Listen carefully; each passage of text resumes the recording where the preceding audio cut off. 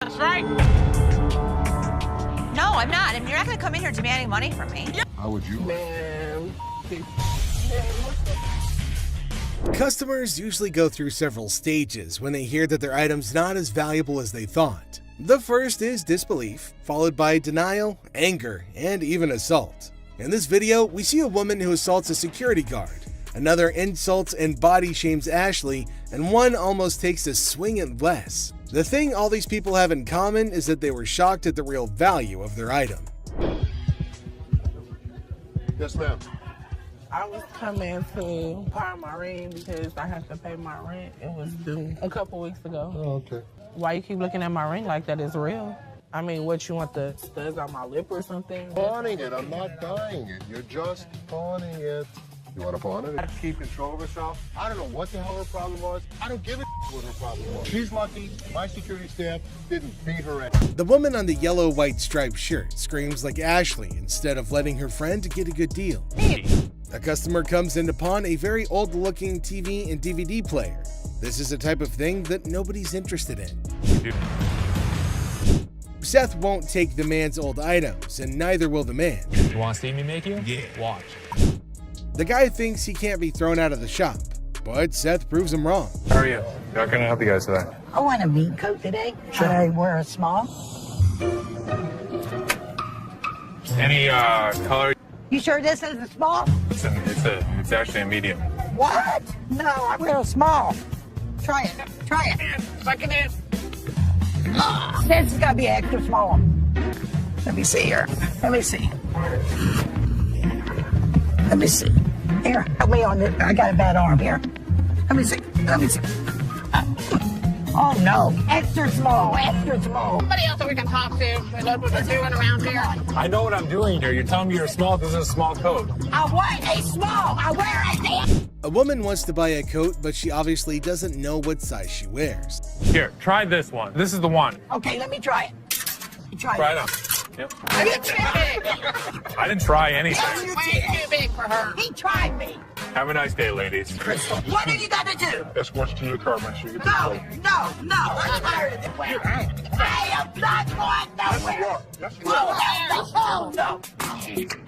Seth plays a little joke on the angry Karen and her friend just before he sends them out of the pawn shop. I need to get my stuff, my two TVs. I need your ID or the tickets. My what? ID or your ticket. I don't have no ticket or no ID. My stuff was stolen. Hey, was there an issue? My boyfriend found my TV. So he stole it from you? Yeah. So did you make a police report? I feel terrible for her, but I can't help her without her ticket. Look, I just want the ticket.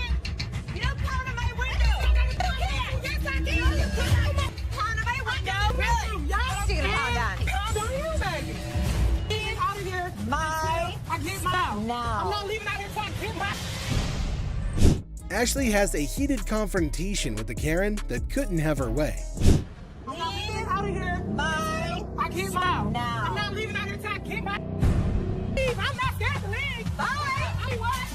I ain't scared to leave. Okay. Bye. See ya. No, Mom, calm down. See ya. See ya. We're not the police, but damn it, we're not your local psychologist neither. And you have a lovely day. God.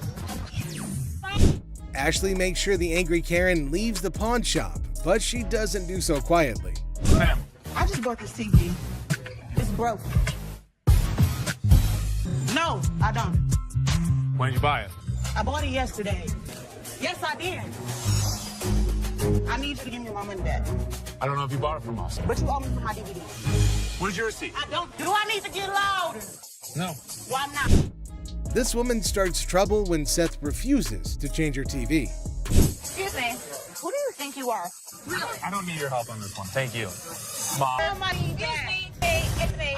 Excuse me. Excuse me. What you do that for? Unreal. Anger management. She doesn't last long in the pawn shop, and she even broke the TV more for some random reason. Look at a watch. Absolutely. Is that a ladybug? It is. Yeah, that looks kind of nice. Full cut stones. Give me a second. Okay. Mother Pearl dial, like I said. Man, same old, same old. What's going on? Excuse me? Don't you get paid by the hour? Trying to rush people? I'm not trying to rush You you. are trying to rush me. Get the wines back out. Don't try to play me. Seth and this customer can't seem to get anywhere in this transaction because she's texting. No, I'm not You laughing. laughing? You laughing? What's funny? Are you mental? Menthol? Mental. Oh. Do you see this phone? Do you see me texting? I can slow down. Yeah, please slow down. I am texting at me like I'm crazy. That is crazy to you? I ain't crazy. Yeah. I'm a VIP. You better recognize. Have a good day, man. Ooh, you have a good. Byron, Who owns time this for her to place? go. I'm trying to buy a watch. Don't be pushing me up in a flop. Please. Pay attention. Because I ain't got time for you. You know what? She got outside like a damn transformer.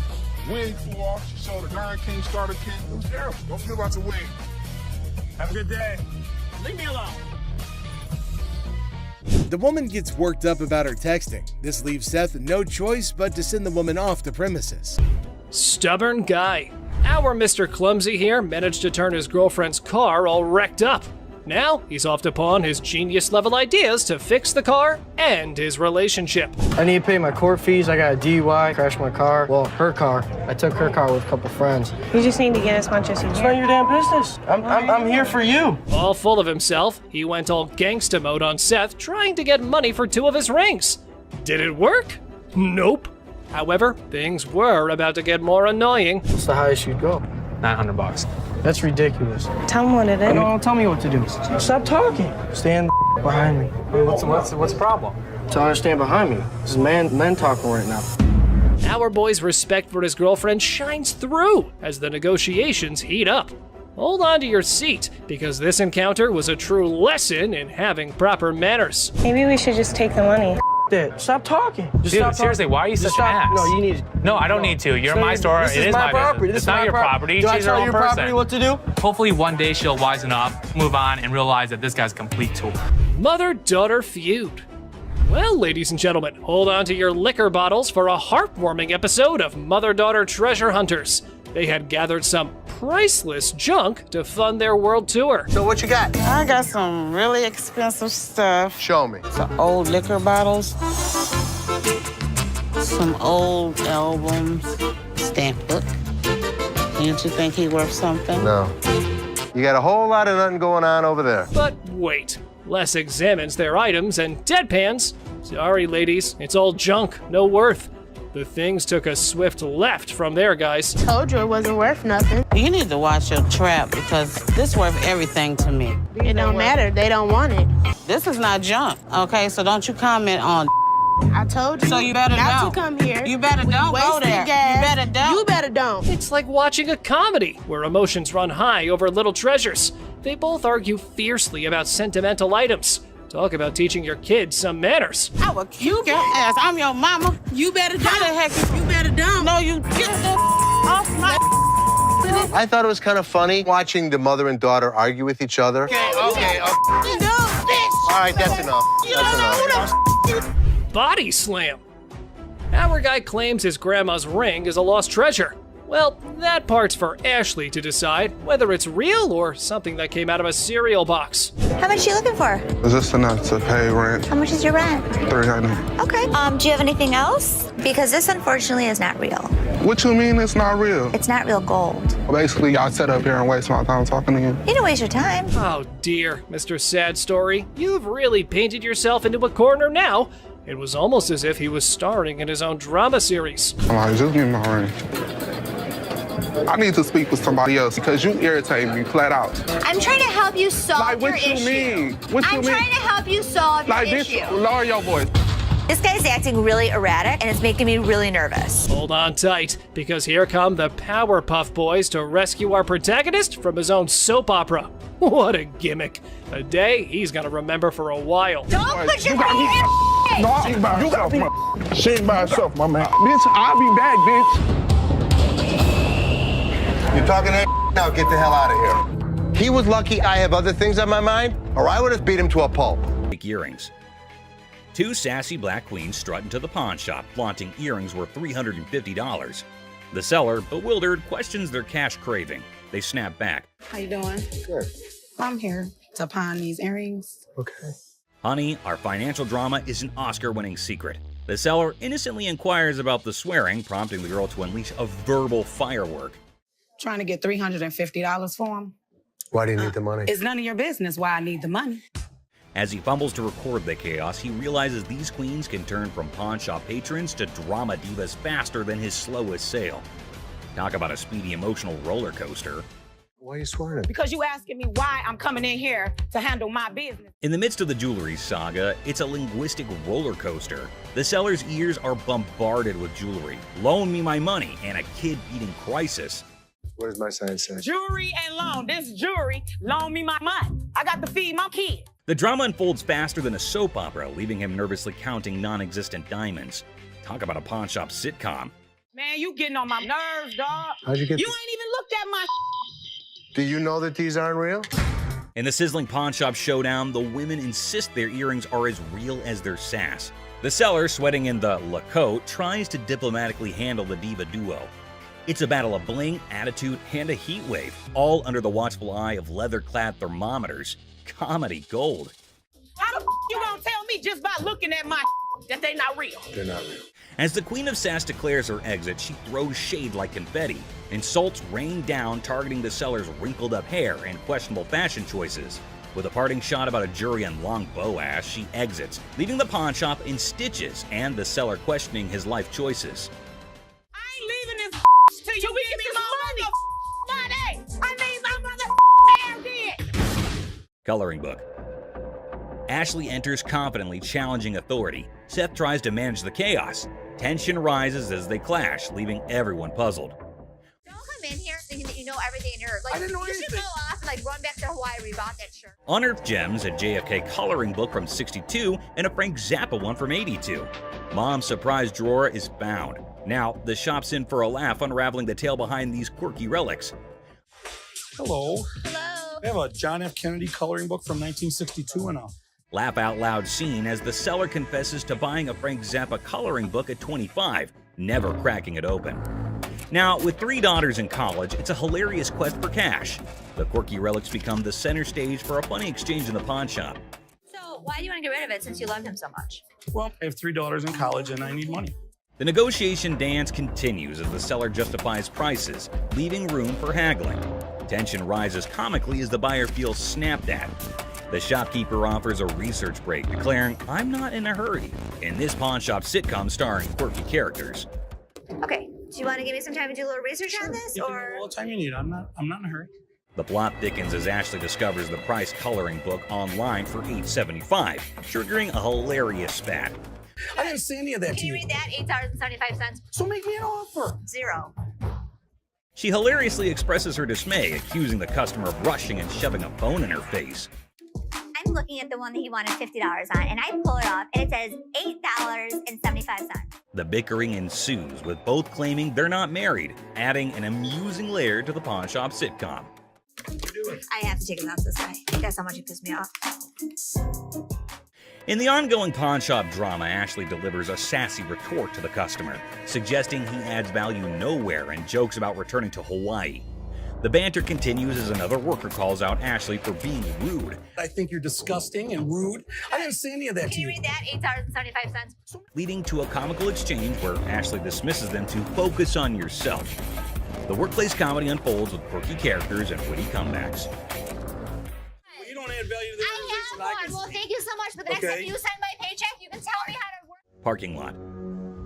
Cue the workplace alarm. The notorious parking lot gambler is back, and the office crew is on high alert. With a battle cry of "Let's go get him!" they embark on a mission to catch the elusive man of many lands, or as they dub him, that lady Pakistan.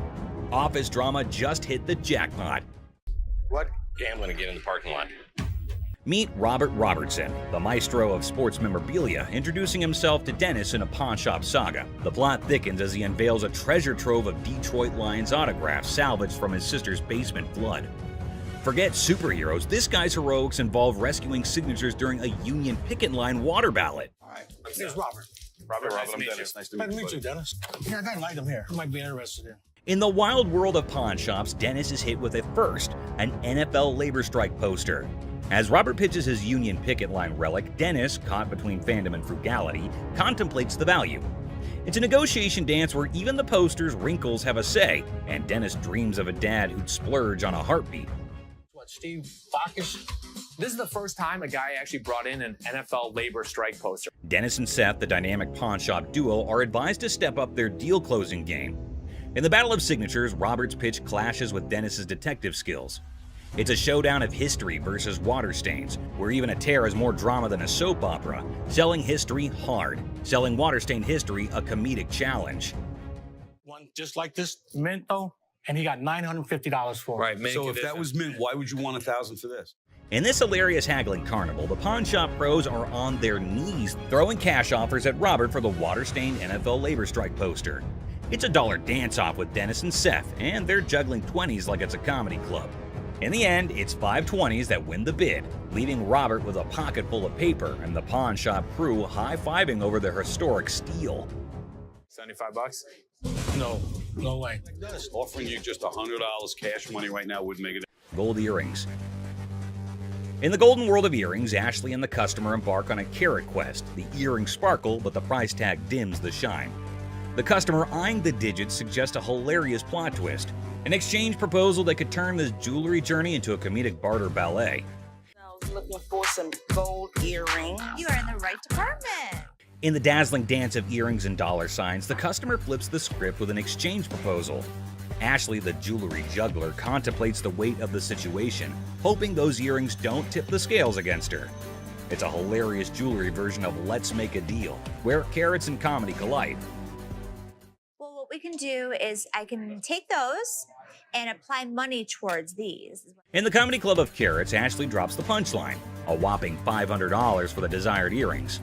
The customer, expecting an exchange extravaganza, faces the reality check. Okay, so what I can do for you today, I can apply $40 towards these. I paid $500 for those. What do you mean? You can't do an exchange? Ashley, the weight wizard, spills the carrot beans, revealing that these earrings are more featherweight than a dieting hummingbird.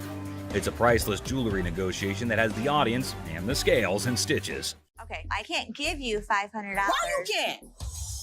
Because it's not worth. In this comedy climax, the customer unleashes carrot chaos, insisting her earrings are weightlifting champions. The tension escalates as she dubs Ashley boo, but a touch sets off a mini drama. I know how much these cost, boo-boo. Because you scream that they're gonna get you more money, boo-boo. The pawn shop becomes a carrot battleground, and Ashley's final offer of $175 is the punchline that sends the customer storming out, leaving the jewelry saga in a carrot cloud of comedy. Everybody else good. Pose made you mad. Fake diamond. In this wild pawn shop showdown, two characters storm in like a tornado, armed with an attorney and a demand for $900. The seller, caught off guard, awkwardly requests a card while the attorney seems more like a background dancer in a chaotic legal dance. It's a scene where negotiations are more like a comedy sketch, leaving everyone wondering if they stumbled into a legal circus. I got my lawyer with me. This is wrong. Show me your card. I don't have a card with me. It's my attorney. Customer unveils a questionable earring, claiming it turned his ear into a rainbow. The seller, armed with skepticism and a keen eye, dissects the earring, declaring it a fake diamond disaster. So what do you want to do today? You want me Can to I get figure my money out? back? You want me to figure out why your ear's turning a different color? Is that a real diamond? Enter the legal cavalry. The customer brandishes a lawyer in the name of mismatched receipts and the ear that turned technicolor. It's a jewelry malfunction turned legal circus, and the pawn shop is now the stage for hilarious gemstone saga. This is not the correct earring for the receipt. Chaos ensues as the customer brandishes a jewelry store receipt like a wizard spell. The attorney, a sidekick in this legal circus, demands a refund for the rebellious earring. The seller, caught in the crossfire, faces threats of escorting and leg knocking, all while insisting they won't budge. It's a legal showdown where the only guarantee is a laugh-out-loud twist around every shiny corner of the pawn shop arena. The earring does not match the description. What you mean? So you said now I just brought an earring in? The customer, armed with a kaleidoscope ear and a refund demand, insists the seller turn around and walk that butt out the door.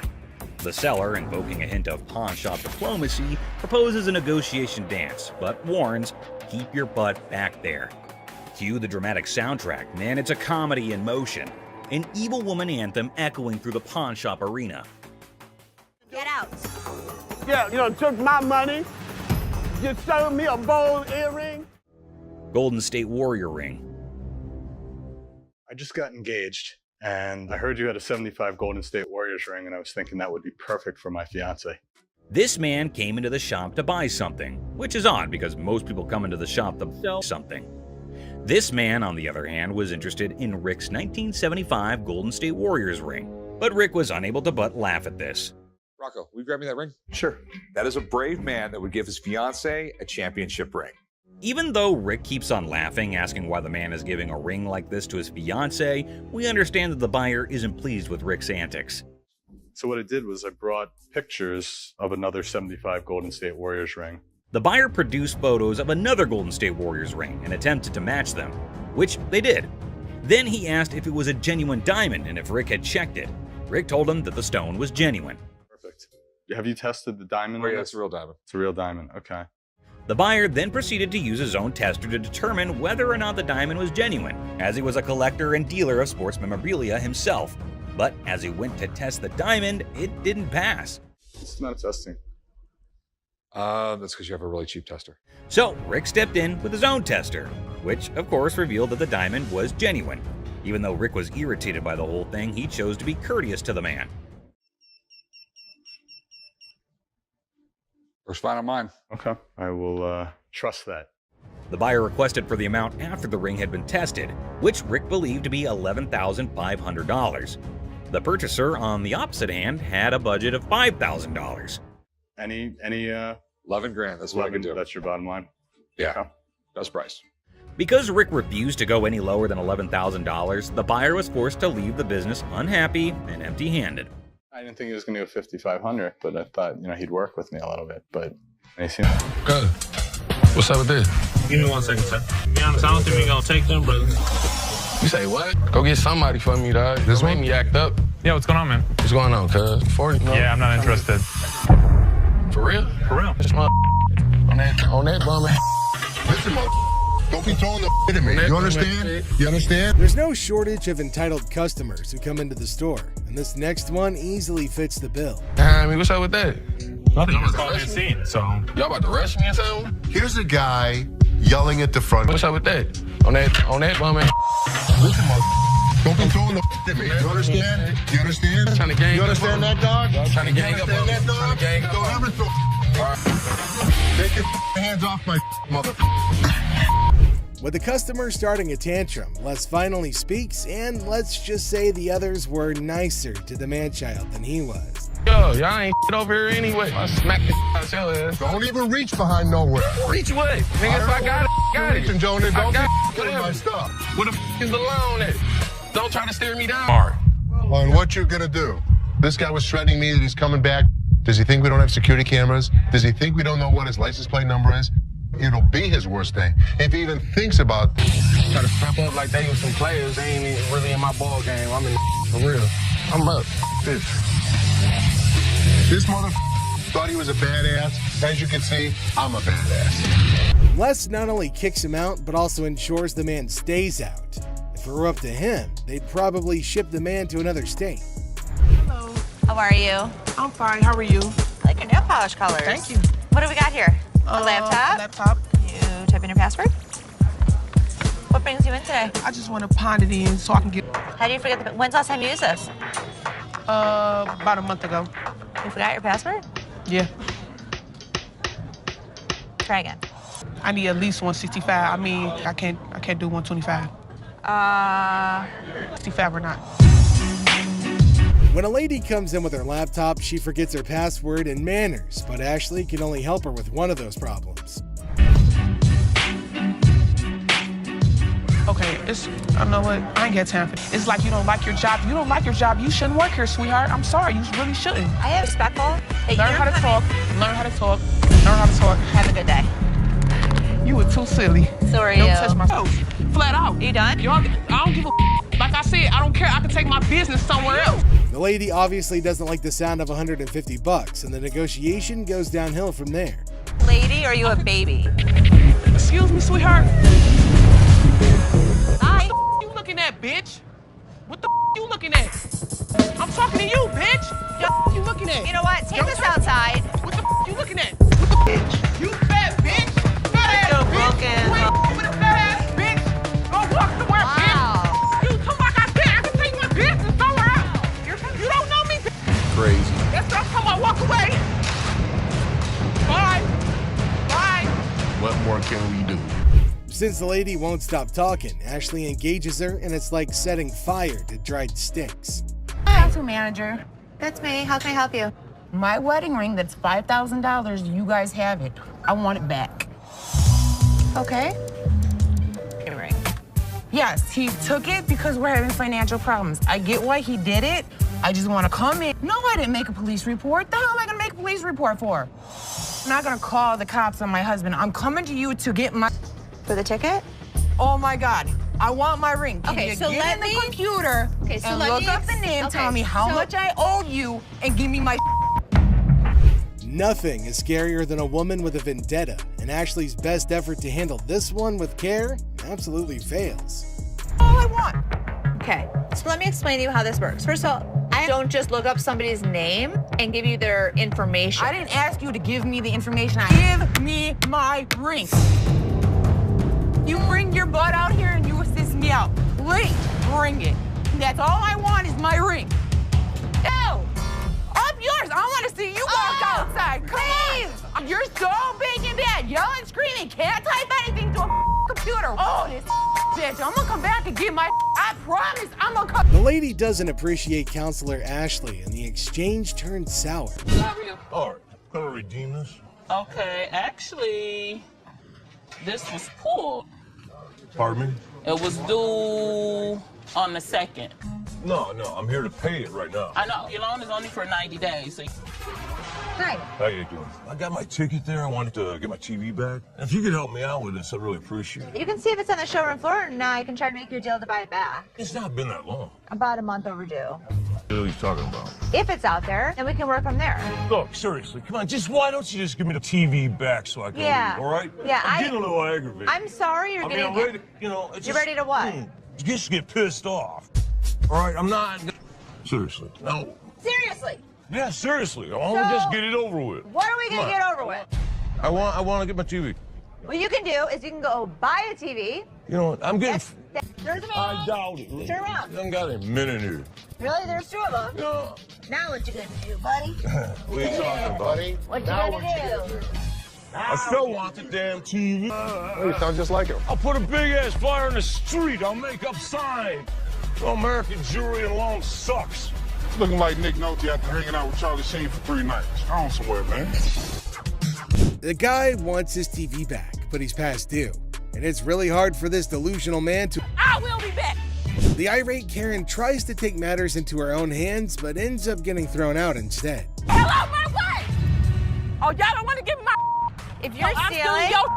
Excuse me, get your big ass on. Oh, excuse me. Don't you take my comb.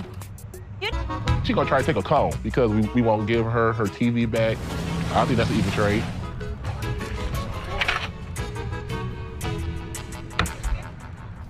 It doesn't end there, though. The woman tried to take a cone since she couldn't.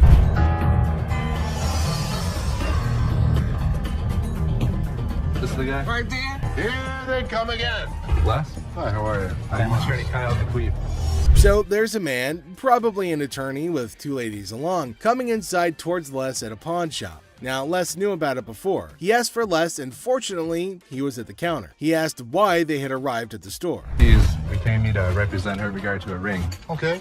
My client brought in a $10,000 ring here, and she wants to either collect the remaining money owed to her on the ring or get the ring back. She's got a receipt. Let me explain to you. This is a counterfeit ticket. He said that he came here for the ring which they bought from these ladies for $10,000, but they didn't pay and gave them the receipt. Now he put up the receipt and showed it to Les and accused him of cheating and stealing from the women and taking their expensive ring. But Les was cool and controlled his anger. Whoever produced this ticket didn't understand this is the amount of numbers that are here. Okay. Number 2 is state law mandates that we print the law in a 12-point font. Okay. This is much smaller. That is some bull. It may be bull, but that's the truth. I don't know how I got mixed up. There's the game-changing point. Les, after listening to him, explained that he will reveal the truth now by showing the real receipt that they had. He went and came back with real receipts that they've been giving to the customers. There, he spotted major differences. He notified him of the major changes in the receipt that he brought. The man looked rather weak and stunned in response. Printing wrong or whatever, but this is the ticket he got from here. He didn't get it from here. He didn't get it from here. So now we just liars and we just come I'm not saying that you are. So you trying to send my son a liar? I wish I had better news for you, but That's bull. That's bull. The numbers don't match up. The paper stack doesn't match up. This is a fake. Now you side with them. You're not representing us. If I don't get my ring or my money from them, how you gonna get paid? The attorney turned to the women, but oh my god, they're still accusing Les of having given them the wrong receipt and asking the attorney to take the money from Les. The man, being down on himself as you can see, argued with. The man showed the evidence to the ladies and told them that they were having the wrong receipt, but they continued to argue. The ticket, how about that? No, I don't believe that the store gave me this ticket. Nah, well, I don't believe you a real attorney. We ain't got it right. Somebody better give me my money. he's my attorney. You, him, security. Have a nice day. Nah, you got me, bitch. Sorry, young man. The ladies started harassing both of them and started using personal attacks. They were all arguing amongst themselves. Pretty crazy. The attorney went back as he can't do anything for the ladies. How are you? I'm doing okay. What can I help you with? Either trying to get a loan on it or you guys can buy it. Trying to sell it for maybe like $150. $50. Why is it $50? The certificate and everything is in there. And the bag costs actually way more than that. Well, if you can tell, it's actually stained. Okay. All through here. I'm trying to sell it for $150 or get a loan for $75 instead of the $50. Yeah, I wasn't interested in more than 50. If you know purses, then you know the. As our unsuspecting customer strolls into the kitchen at Chaos, little does she know what's cooking today. Ashley, patiently bracing herself for another round of absurdity, politely inquires about what the customer's looking to offload. The girl, blissfully unaware of the purse's actual value, confidently suggests a price that's almost a steal. It costs way more than that. Okay, but I'm not going to pay you for the amount that you think it's worth because it's stained. This is not one of the newer ones. This is not this season. I know about purses. It was torn. It was stained. It's not even the last season's bag. The thing is old. But you still willing to buy for $50 though, so if it wasn't worth it. And now the plot thickens. The lady asserts that if Ashley truly understood purses, she'd gladly accept the offered amount. However, Ashley, standing firm in her claim that the purse is torn and not worth more than $50, creates a hilarious clash of valuation difference. You even say $50. So they didn't say it wasn't worth. Can I talk to somebody else? I don't want to talk to your pepperoni looking ass. Can I get somebody? My pepperoni looking at. Pepperoni ass? I don't even know what that means. She take a look at her own ass? Can I get somebody else to talk to? It don't even matter. I don't have to talk to you. And I don't talk to you either, so why don't you go home? Leave Can our I talk to store. somebody Nope. else? Why do I have to talk to you? Because You I'm the disrespectful. manager. I'm disrespectful and you call me a pepperoni ass? Ugly ass bitch. F you. And it's time to cue the drama.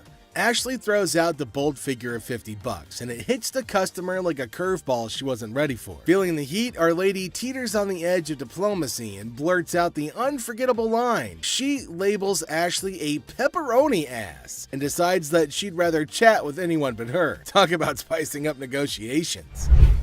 3 males walked into a pawn shop. One of the suspects stood at the door as a lookout while the other 2 suspects walked directly over to the display cases. So, like, these 3 guys roll into the pawn shop, just casually strolling in. The other 2 guys, they head straight to the fancy display cases. It's all got suspicious vibes. And then, bam! One of them whips out a sledgehammer and starts smashing the glass. Things are starting to get pretty wild. At some point, a customer from the place is seen leaving calmly while the lookout tells her to hurry up. The suspects appeared to be wearing heavy-duty gloves in order. At one moment, a person from the shop strolls out all calm, and someone's keeping an eye on her, urging her to speed up. The people thought to be involved seem to have on these tough gloves, maybe so they don't get any cuts. Not to get cut while removing the glass from the cases. Both suspects placed the jewelry and many other valuables in the bags. So when they took off the glass from the cases, both of them put the jewelry and lots of other valuable stuff into bags. After that, they hightailed it out of the store in a black Mercury Marquis. Where the case at? Where is it at? Where he put them on? The guy storms into the pawn shop all worked up and starts shouting about a missing case. He's demanding to know where it is, and he appears to be accusing the staff of removing. The feeling of stress in the air is increasing, and it's obvious that something is wrong. You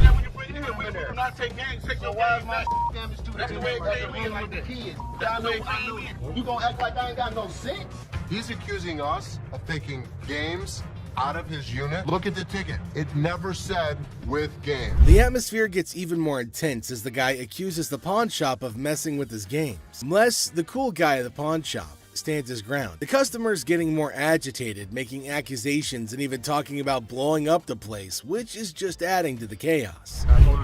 At that point, man, you can get your arms up off belly and none of your body parts on me, bro. After all the stress I have, the last thing I need is a customer causing a scene. Despite the escalating situation, Les stays calm. He tries to talk sense into the upset customer, especially with a big event coming up the next day. I know how to walk. I ain't illiterate because I... Wells Fargo safe deposit box. What do we have here? Well, we got a Wells Fargo strong box. This man arrived with a Wells Fargo safe, an antique ball and chain, and a couple ancient handcuffs. The seller was asking roughly $2,000 for everything in the package. All right, well, tell me about these things. This ball and chain right here actually comes from the Human Prison. It's the oldest prison in the state of Arizona. Folsom Prison was Arizona's oldest prison, and the handcuffs belonged to it since the late 1800s. Here's my concerns. When they forged chains back in the 1800s, it was just hot welding together. At that time, it was all performed by the blacksmith, but the chains that the man brought in were all electronically forged. Not only that, but Rick had another major problem. Never in the history of any prison did they ever have their name put on the balls. What Rick was saying was that everything the man brought in was false, but the seller was not ready to believe Rick. It's fake. What makes you an expert on this stuff? I've been buying and selling this stuff my entire life. Even if the contents of the package were phony, there was a chance that the box itself was not. So Rick made a deal for the box and left the rest. Box, I'll give you $400 for it. I want $1,200 for it. No, you don't. And the transaction was completed for $400.50. The seller left, and Rick subsequently decided to consult with an expert about what he had purchased. Okay. 19th century strongbox, Wells Fargo. Following a thorough examination of the box, the expert asked Rick the following question. First things first. Have you already bought this? The box was just as false as the other items Rick did not purchase, and the expert agreed. It's a complete fake. Damn it, Rick. Mystery guy.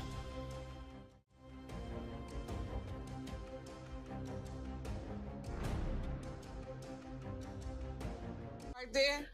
Here they come again. Hang on to your hats, folks, because we're diving into one wild tale.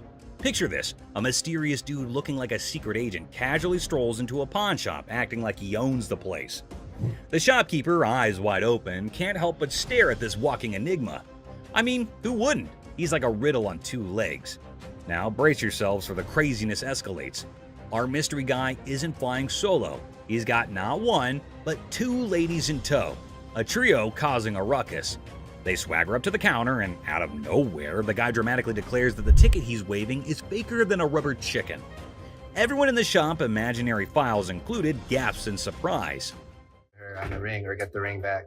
She's got a receipt. Let me explain to you. This is a counterfeit ticket. Hold on to your giggles. The shopkeeper, smelling something fishy, turns into a detective. With a sneaky grin, he tells the trio to chill and confidently says, "I'll prove it's a fake." The suspense builds as he brings out the real ticket, examining both like he's some ticket art connoisseur. This is the amount of numbers that are here. Okay. Number 2 is state law mandates. Hold on to your funny bone. The shopkeeper spots the differences quicker than yelling "fake alert" with a big old grin. He declares, "Nice try, folks, but your ticket is faker than Monopoly money." Cue the imaginary mic drop in the background. But whoa, Nelly, the trio isn't throwing in the towel just yet. They get into an energetic discussion, pointing fingers, thrashing arms, and hollering as though they're contending in a yelling challenge. It resembles something out of a sitcom, and you can't resist the urge to chuckle at the idiocy. In the grand finale, our mysterious guy and his partners in crime admit defeat. Looking a tad embarrassed and probably feeling a smidge silly, they storm out of the pawn shop. The shopkeeper, now a hero in counterfeit ticket detection, is left with a bunch of baffled onlookers. And there you have it, a hilarious adventure that's weirder than fiction and funnier than a clown on a unicycle. Comedy gold, my friends, comedy gold. Gun cabinet. Well, it's a desk, but it's not really a desk. It's actually a gun. So what this woman brought into the pawn store was not anything that was common. It appeared to be nothing more than a plain desk, yet it was far more than that. It's a gun desk. Yes, when you push down on the inkwell, a bullet fires out through the trapdoor. When you press down on the inkwell, a bullet fires out through the trap door, and this desk transforms into a pistol when the time comes. If I sell it, that's fine. If I don't, I'm okay with that too. Thus, the merchant visited the business not exclusively to sell the weapon work area, yet additionally to figure out more about it. She needed to realize who possessed it, the way things were utilized, how old it was, and other such data. I was trying to figure out how to open it and had a really good look inside it and said, While hunting for a nice little desk, she came across this one. But when she got it home and attempted to open it up, that's where she discovered it wasn't what she thought it was. I've seen desks with hidden gun compartments, but I've never seen a desk as a gun. Rick thought it was something out of a James Bond movie, and he was so engrossed in it that he forgot he was actually pushing his face against a gun. Do you mind if I have a buddy look at this thing? Because I am just completely lost here. Not at all. Rick believed it was best to have an expert look at it after taking a closer look, so he called one. Gun. This is the gun. What? The master had never seen anything like it, and had no clue about what it was utilized for. Yet, in lieu of what he saw, the master reasoned that it was made somewhere in the range of 1890 and 1910, which was an issue. Even though he couldn't guarantee it, the Pawn Stars may buy it in a gray area. Bring it to a gunsmith and have him professionally deactivate the mechanism. Then it can be legal to buy and sell. The only way to buy and sell it legally is to take it to a gunsmith and have him deactivate the mechanism. Only then can it be simply and legally acquired and sold. I wish I could help you out more. It's just one of those things. Thanks for bringing it in. Oh, you're welcome. Orange Bowl ring.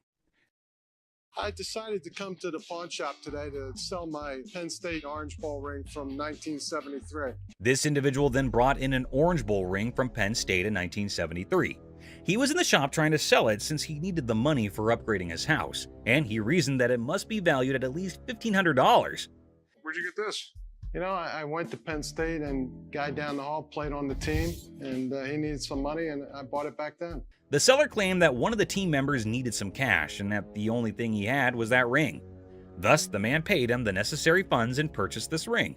It was Jeff Clark. He didn't play too much, but he was an outside linebacker for the team. This particular ring belonged to a linebacker named Jeff Park, who was a member of the squad even though he didn't play much. What are you looking to get out of it? I'd like to get $1,500. Okay. Just as he previously stated, the man wanted $1,500, but Rick needed to examine the situation more carefully before making any moves to get the ring. It was then that he discovered that the ring had a problem.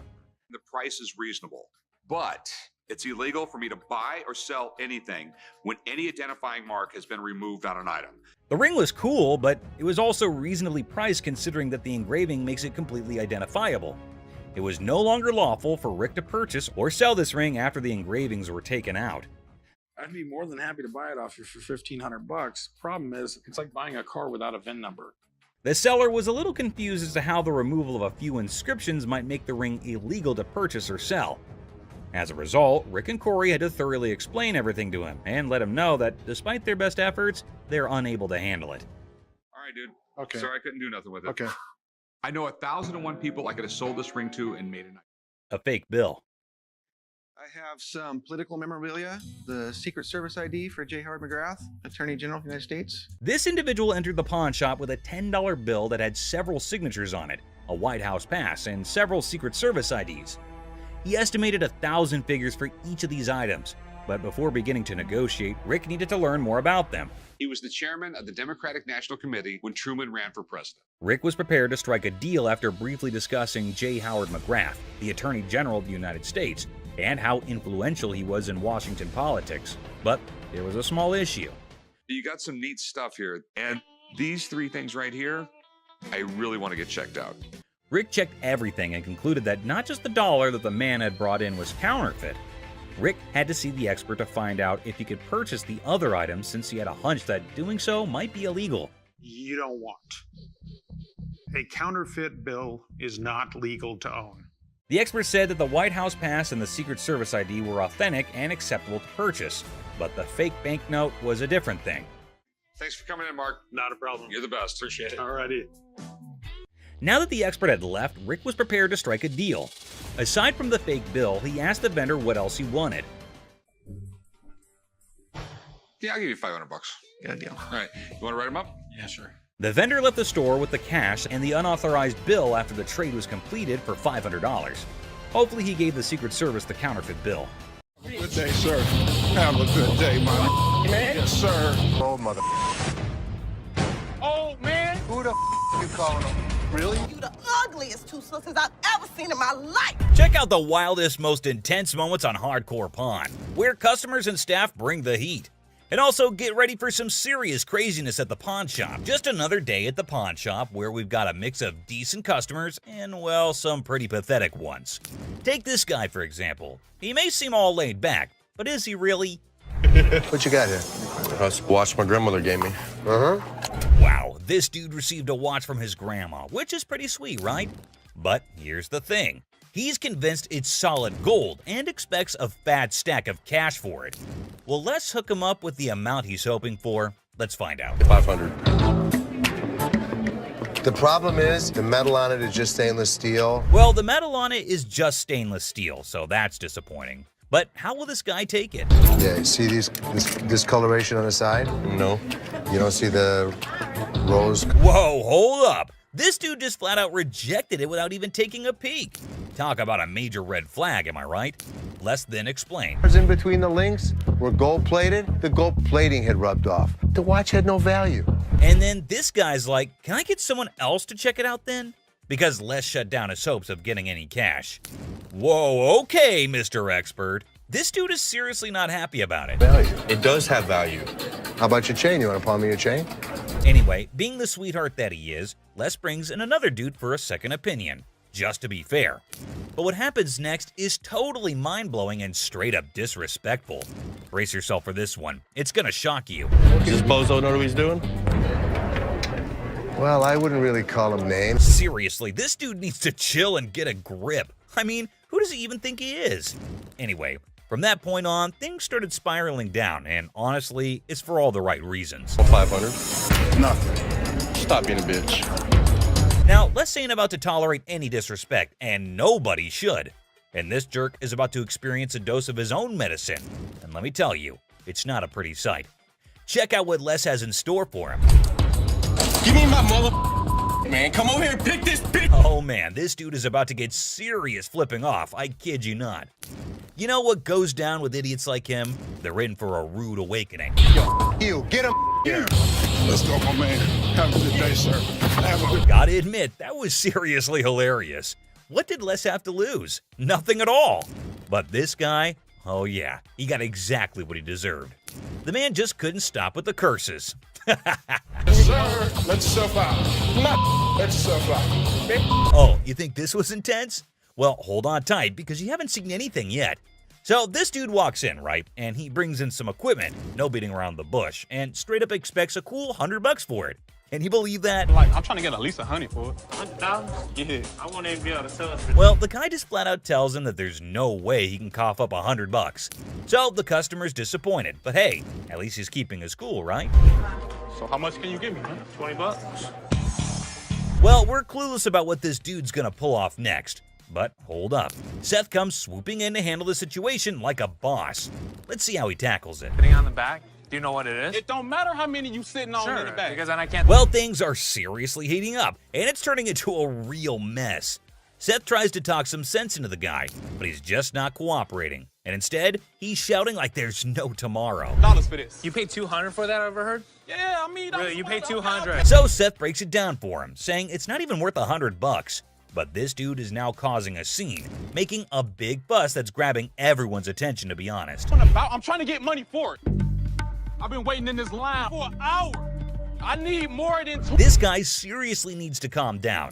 He's dropping way too many curse words. And honestly, it's gonna be his one-way ticket out of the shop. That's when Les steps in to take charge. Let's see how that plays out. You gonna do old man? Who you calling old mother? Old man? No way, he actually said that? Like seriously, what the heck? This guy just keeps digging his own grave, making the situation even worse for himself. Brace yourself, because what he does next is gonna leave you absolutely stunned. Really, mother? I got this. I got it. You wanna give me more than one? Oh my god, seriously? Can you believe it? This dude actually tried to mess with Les and thought he could get away with it without being kicked out. That's some messed up behavior right there. Like, what on earth was he even thinking? You wait for an hour. Really? Me? You? Well, he totally got what he deserved. But guess what? That's not even the end of it.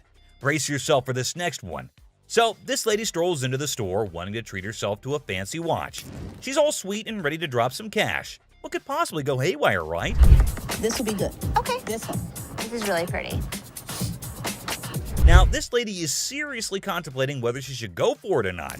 So, what's your take on it, guys? You think she'll end up taking it or not? That's really pretty. It's really pretty. Good on you. That was 100. 100. Okay. She went for it. Well, everything's going pretty darn smooth so far. I don't want to jinx it though, so let's just wait and see what unfolds next. Here. No. What is this? It's a $100 gift card. $100 gift card? Hold up. Is that for real? She whips out a gift card with all this confidence, and hey, is that some kind of new payment method now? Ashley looks totally baffled by this turn of events. Not a gift cards. What would you call it? It These says are preferred customer. Right. Man, this lady is already super worked up the moment Ashley spills the beans that it's not a gift card. And she goes on to explain the situation. Talk about major agitation right off the bat. It allows you discounts on the sales floor.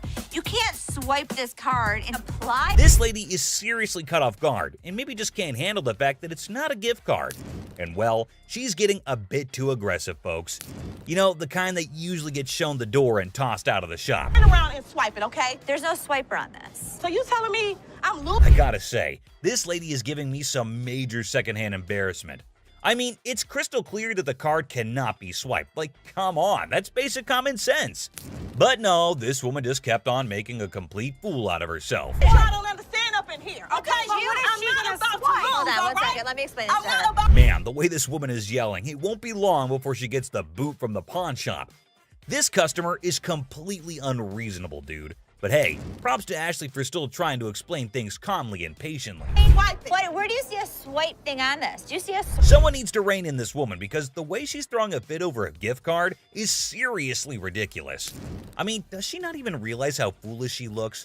Just look at her, still going on and making an absolute spectacle of herself. Somebody want to buy a preferred gift card? There's not $100 on it. There's not. Man, people can really lose it sometimes. It's wild.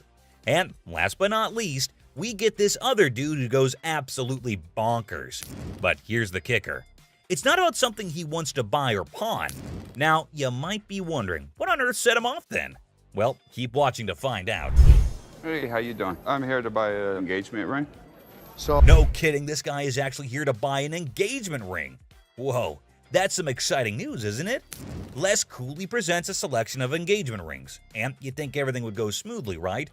Well, except for the blaring car horns outside, because of course, nothing can be too easy. Oh, damn, so that's the reason for all the honking? There's a massive truck just sitting smack in the middle of the parking lot. Now, take a wild guess. Whose truck do you think that might be? Come on, give it a shot. It's not rocket science. Semi-truck. And then it's white gold. That's me. Sir, can you... Ding, ding, ding. It's none other than this guy. So Les politely requests him to move his truck from there. And what do you think his response was? Find your place to park? Oh, man, come on now. I'm in a hurry. I can't be moving my truck in this. Yikes, did he seriously say that? I mean, how do some people not have basic common sense? Did he genuinely think he was doing the right thing? Les is clearly not putting up with it, and you could totally see that. You don't have an option. You have to move your truck. I'll be more than happy to show Can you believe this guy had the nerve to straight up say no? Well, let me tell you, things are about to take a turn for the worse for him. But just when he thought he couldn't dig himself any deeper, he goes ahead and proves you wrong. Why are you so rude? I'm not moving the damn truck. Byron, take over. Well, obviously he's about to get kicked out, and trust me, you gotta watch this. It's absolutely hilarious. Move the truck. Come on, man. That's wrong, bro. Next time, parking on the freeway. This dude should be totally embarrassed about his behavior. And oh boy, he didn't stop there. He just kept on going. And the last straw was this. Move your truck! Silver Surfer. Oh, guess what? We've got a bona fide comic enthusiast here. Big surprise. Like, who isn't, right? Well, this guy's taking his passion to a whole new level. Feast your eyes on what he brings in. That's the Silver Surfer. Silver Surfer. Life size. Tell me about it. Well, this was a display for the Fantastic Four Rise of the Surfer movie. They made 1,500 of these, and plywood board. It is wrapped in a vac metal plastic wrap. Oh, what a shocker. It's a collector's item. But hold up emotions, people, because it's got a price tag. I'm not sure if the experts are going to agree. Well, online, these things go for $3,000. Actually, Silver Surfer was voted in the top 50 recognizable comic book heroes in America. I mean, I really went $2,000 for it. I am willing to buy this from you for $500. Hey, genius. If you're after that dream price, maybe hit up a comic store. Selling your treasure trove at a pawn shop? Yeah, real brainiac move here, buddy. 900 bucks. That's it. Think I'm gonna have to walk. All right, well, it was a pleasure. We're gonna go surfing on home. See you later. Custom-made electric chair. Folks, take a puff. We've witnessed all sorts of weirdness at the pawn shop, but this fella's cranked it up a notch. Check out his wild sell list. So tell us a little bit about him. We have Halloween retail stores. This is a custom-made electric chair. There's a whole show if you guys want to see it. Come Sure, go ahead, show us. Hell yeah! I'm really into this kind of thing. This might be the new feature at my house on Halloween. Oh, just what we all need. A bedside toy that screams Halloween 24/7. No biggie, except it's art, not like living in a slasher fic or anything. So we're looking to get about $8,000. Brand new, they're just above $9,000. And that makes a lot of sense. Right. Buy a used one that's 6 years old. Well, the cool thing about this one is that they don't make them like this anymore. You're right, they don't. The new ones are digital. Well, guys, Mr. Ambitious over here is dead set on this mystery item. Heaven knows what his grand plan is, but Les has a style for a bargain. Thank you very much for bringing Thank it you. in. We appreciate it. Damn it. I'm a little disappointed that I gotta schlep it back home, but you know, with Michigan being, you know, like the #1 state for haunted houses and attractions and things like that. Elephant skull haggle. Oh, guess what? No fancy sofa, no blingy ring, and no one-of-a-kind car to pedal? No worries. How about you trade an elephant skull for some greens? Because that's normal, right? Skull of an elephant. Really? Very unusual. It's very unusual. My best friend had it, passed away, and I inherited this one. It's where the tusks were. I understand that. It came from Africa? Yeah, right. Well, I So- can promise you nobody has ever brought in an elephant skull, ever. That I can Little tell you. unique. Ever wondered where one finds a thing like that? Well, surprise, surprise, there's a thriving market for massive elephant skulls.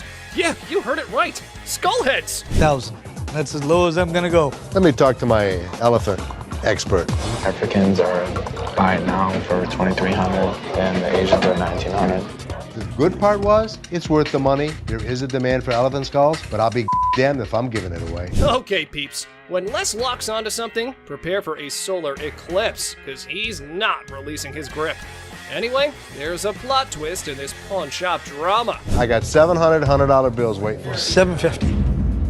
$700. And if you think it's worth $50 for you to schlep it home, It isn't. Schlep it. It isn't. Schlep it. I'll give it to you for $7. You got a deal. Thank you very much. Thank Come you. right Thank over you. here. We'll Thank take you. care All of right. it. All right. Yeah. Mark, thank you. Bone Rattler. Okay, people, the granddaddy of speed in the house. Ready to snatch up a drag racing car from the pawn shop? Who knew shuffleboard was just a warm-up? This guy is an expert. He knows all about drag racers. So does Jeff. Jeff is my jeweler, but he's much more knowledgeable with engines than I am. The guy that sold it to me said it cost him $85,000 to put it together. Probably clipping along at about 250 miles an hour. Fire this puppy up. I don't know how to start it. Gather around, youngsters. We got a drag racing sage here, boasting a mere 30 years under his belt. So the wisdom dump is here, as he schools the pawn shop owner. You know how to start them? Sure. I knew you did. How long have you been racing dragsters? For about 30 years. Oh. You ready for this? I'm ready when you are.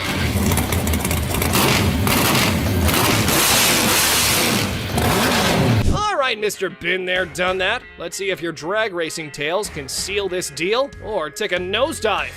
Now, coming straight to the negotiation. 20 grand. 7,500. I don't think so. If you give me the money today, 15,000.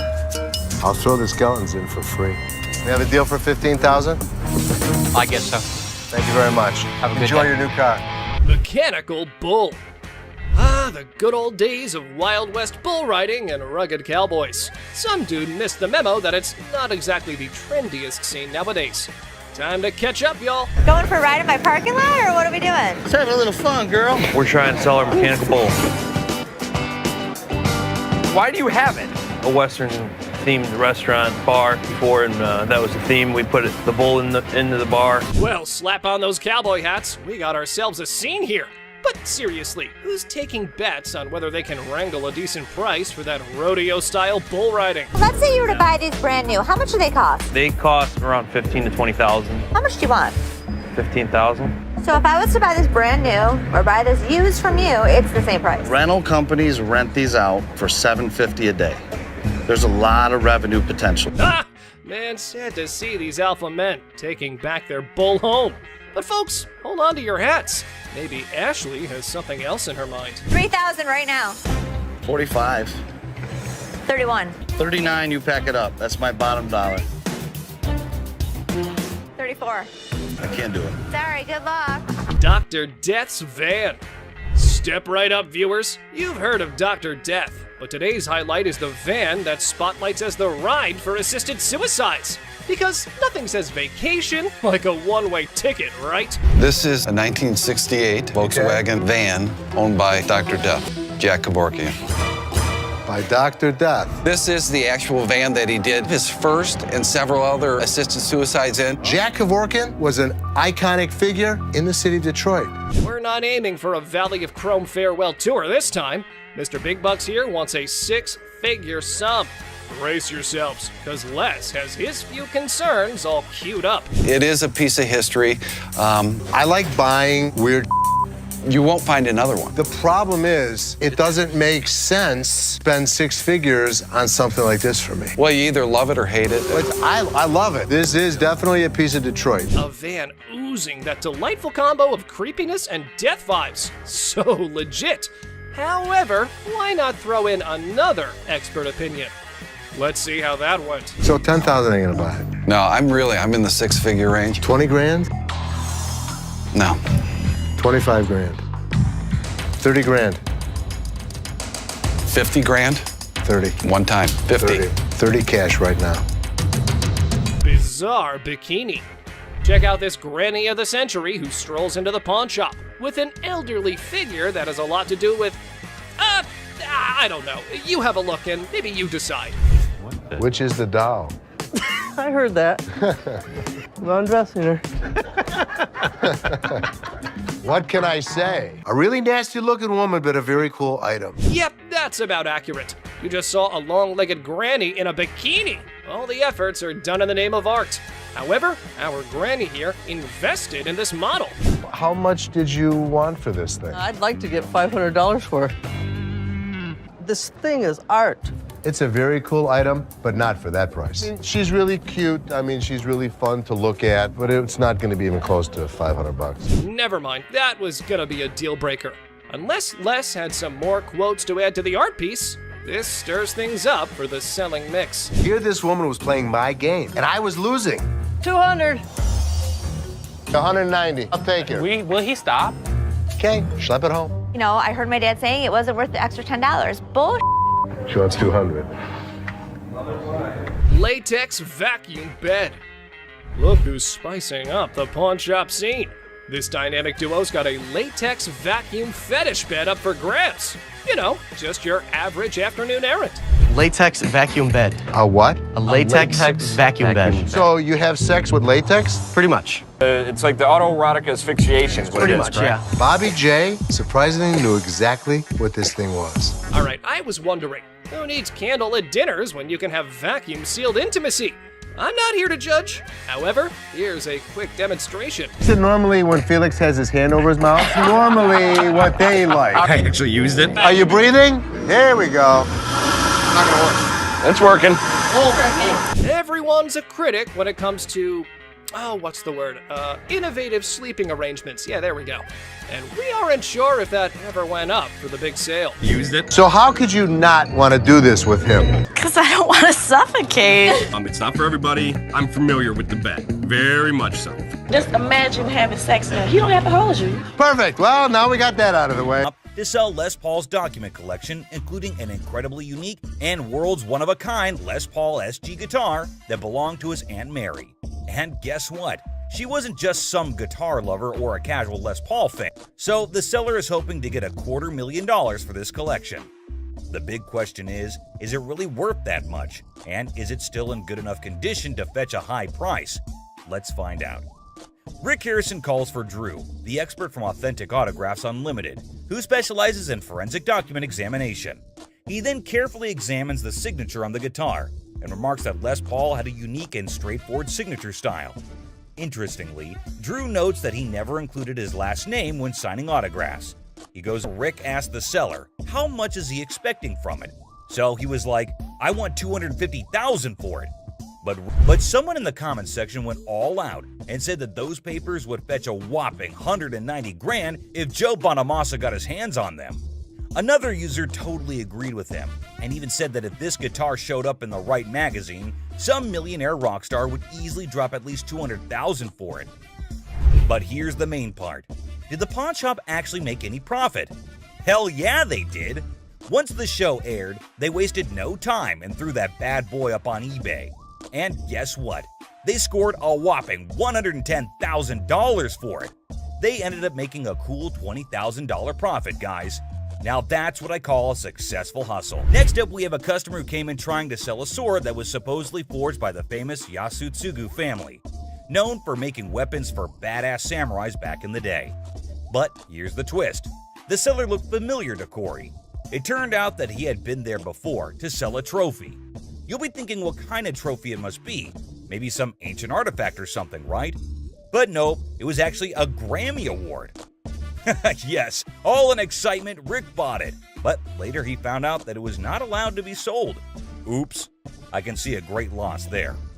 Because of that now, they had to be extra careful before dealing with this sword. They weren't sure if it was a legit samurai sword or just some ninja knockoff. The seller is a lawyer and claimed he had received the sword as payment for his legal work. Pretty cool, huh? Some users are even cracking jokes about why the guy was so willing to sell such a masterpiece. One such comment was he must have been scared of his wife's anger, whose eyes are always fixated on that sword. And if she ever gets her hands on it, she's ready to knock him off. Talk about a dangerous situation. Another user said he got robbed? Well, we have to wait to see the actual plot. Taking the lawyer's word for it, Corey decided to take the risk, and then he went ahead with the purchase, even without having an expert to check its authenticity. I mean, let's be real, that was pretty foolish, right? I mean, who was going to check if the thing was actually legit or not? So they asked the seller how much he wanted for it, and he said $5,000. The buyers were skeptical about its condition and started throwing offers as low as $800. That's a crazy drop. But the seller fought back, saying every bit of that sword is worth the full $5,000. If you're gonna hold my feet to the fire and make me pay as much as I can, it's gonna be $1,500. I'll come down to $2,000. I've got 5 of them right there. The shop wasn't ready to pay that much without knowing more about it, so Corey went up to $1,200. He was trying to get the best deal he could, but the seller didn't budge.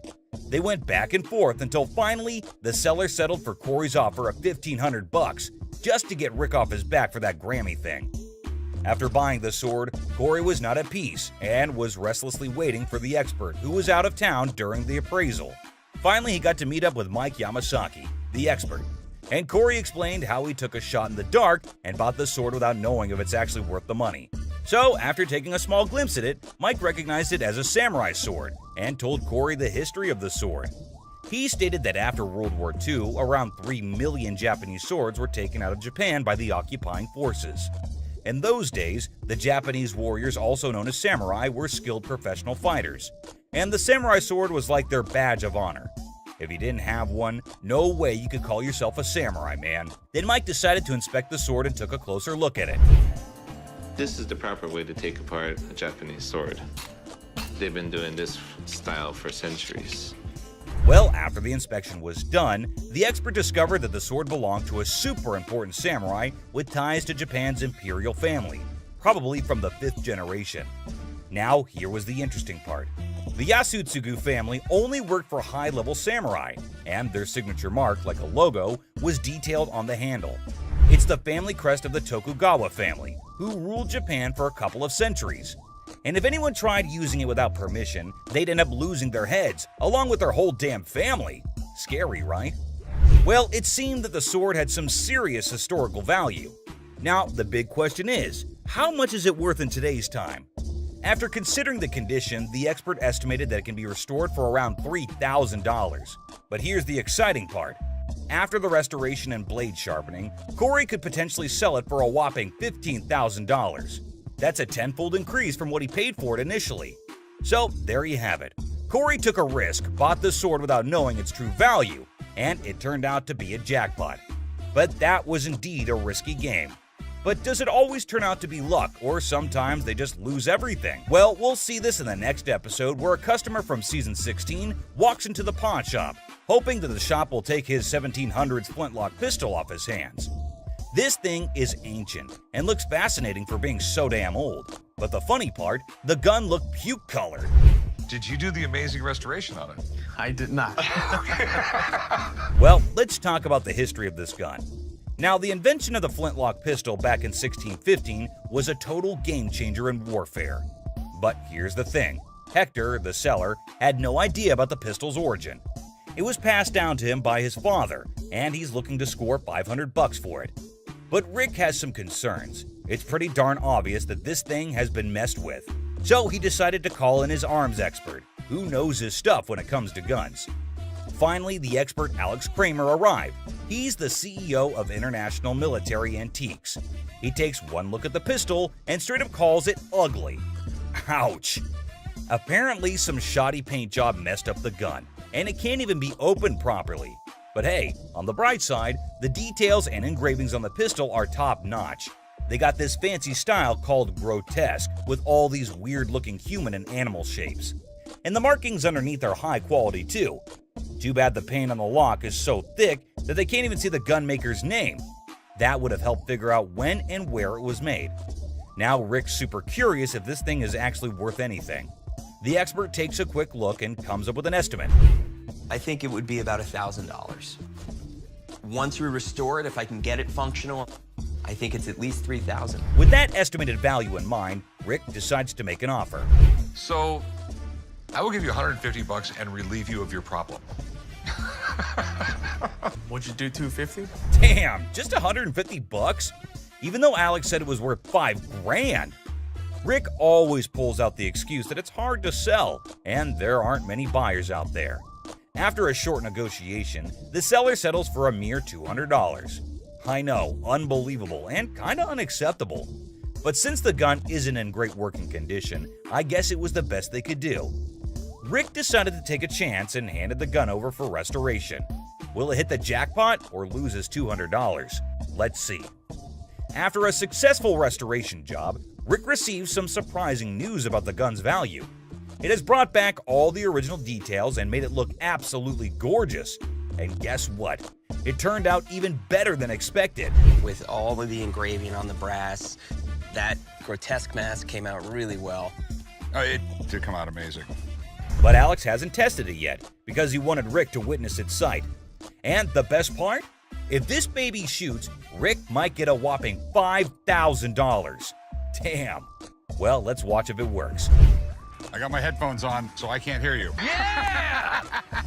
Oh, it worked perfect. So after successfully restoring the item and getting it in working condition, Rick could be making $5,000 on an item he bought for just $200. That's a crazy profit of $4,800. Absolutely hard to believe, right? Someone even commented that Rick straight up robbed Hector in broad daylight. Users are not holding back with their savage opinions. Well, keeping everything aside, this was indeed one of the craziest profits earned at Pawn Star Shop. Moving on, which has two heads. So what we got here is a Russian order, and that's what this medal represents. It's a piece of history that dates back 800 years. Pretty neat, huh? Well, neat in the sense of 800 years of Poland's struggles, constantly being conquered, reconquered, and fighting for their freedom throughout their entire history. Users also shared how this whole episode reminded them of their beloved history classes back in their school days. It brought back memories of learning about the triumphs, tragedies, dramas, and even the occasional humor that filled those lessons. With the background story out of the way, Rick finally gets down to the burning question. What's the damn thing worth? Because obviously he bought it without knowing its worth. Okay, so we're talking about a medal of Fabergé quality here. Crazy enough to give Rick some hope. Sadly, Craig has some serious concerning news for him. Apparently, the market for this specific medal is pretty thin. He can't cash, but hey, Craig's always got a solution up his sleeve. So, shop to meet Rick and brought with him some exciting news. He got in contact with a guy in Germany who has a box for this medal, has the ribbon for it, and even the breast star. It's all part of a set, you see, but there's a big hole in the guy's box, specifically for the neck order. And Craig just knew that he finally found a potential buyer for the medal, someone who needs to complete their set. Now, both the parties are ready to strike a deal. One person made a comment praising the honesty of Craig, noting how he offered a price range for the medal that matched its actual value of $30,000 to $40,000. Despite knowing that Rick had only paid $6,000 for it, Craig could have easily offered a lower price, like $12,000, and made a huge profit. But instead, he respected Rick and still managed to make some money while being fair. This man named Randy walked into the store with a huge-ass vending machine. He believes that his machine is from the 1940s. Candy? Yes, sir. You know who loves candy, right? This guy. Well, chum, we know your love for candies. But is this deal as sweet as them? This machine sure has Chum's heart, but Randy doesn't even know if it works, and neither does he have the keys to it. Well, let us look into what Chum thinks about it and whether he thinks it would be worth the cost. Just taking a look at it, I mean, it looks pretty rough shape. There is a lot of rust on it. It sure needs a good restoration, but Randy wants $1,000 for it. Man, it already needs so much work to be done. I personally don't think it's worth investing so much, but who am I to suggest? Oh, how the chum had been schooled by experience. A lesson etched deep into the fibers of his being. Scarred by past misjudgments and Rick's scoldings, he now approached each decision with newfound caution. But hold on to your seats, for the words that spilled from the expert's lips were nothing short of astonishing. Get ready to be astonished, for the expert's revelation is nothing short of extraordinary. Whoa. Oh boy. Right? The guts are missing. So what this needs... Man, it is empty inside. All the mechanisms are missing. The expert saved Chum's ass today on this one. The expert adds that in this condition, the machine is max $300. Whoa, that was a low blow for Randy, it seems. He cannot believe the price dropped from $1,000 to just $300. Up and running and painted, obviously. $4,500. $4,500.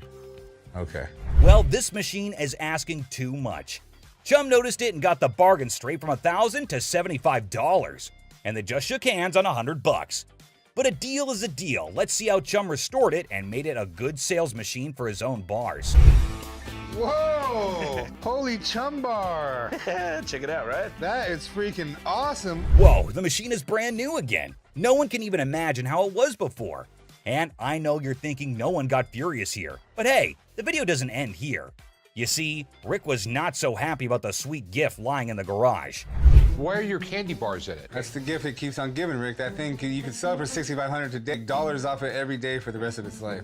Rick's fury reaches its boiling point as he directs his anger toward Chum. With intense frustration in his voice, he makes it clear that he's had enough. In a sharp and cutting tone, Rick declares that if anyone wants to get their hands on Chum's chocolate bar, they can simply take a stroll across the parking lot and purchase it directly from the store. No more concessions or accommodations. The message is clear. Rick has drawn a line in the sand, leaving Chum to face the consequences of his actions. It's a harsh ultimatum that hangs heavily in the air, leaving Chum to contemplate the future of their strained relationship. Will Chum take the opportunity to make amends, Or will the rift between them widen further? Only time will tell how this explosive situation will unfold. The timeless dance of irritation between Chum and Rick, an intricate routine that never fails to provoke a symphony of exasperation. As a well-worn melody played on a perpetual loop, Chum's knack for pushing Rick's buttons has become a legendary saga of vexation and amusement. With each encounter, their interactions tread the line between exasperated sighs and affectionate eye rolls, a delicate balance that keeps the audience captivated.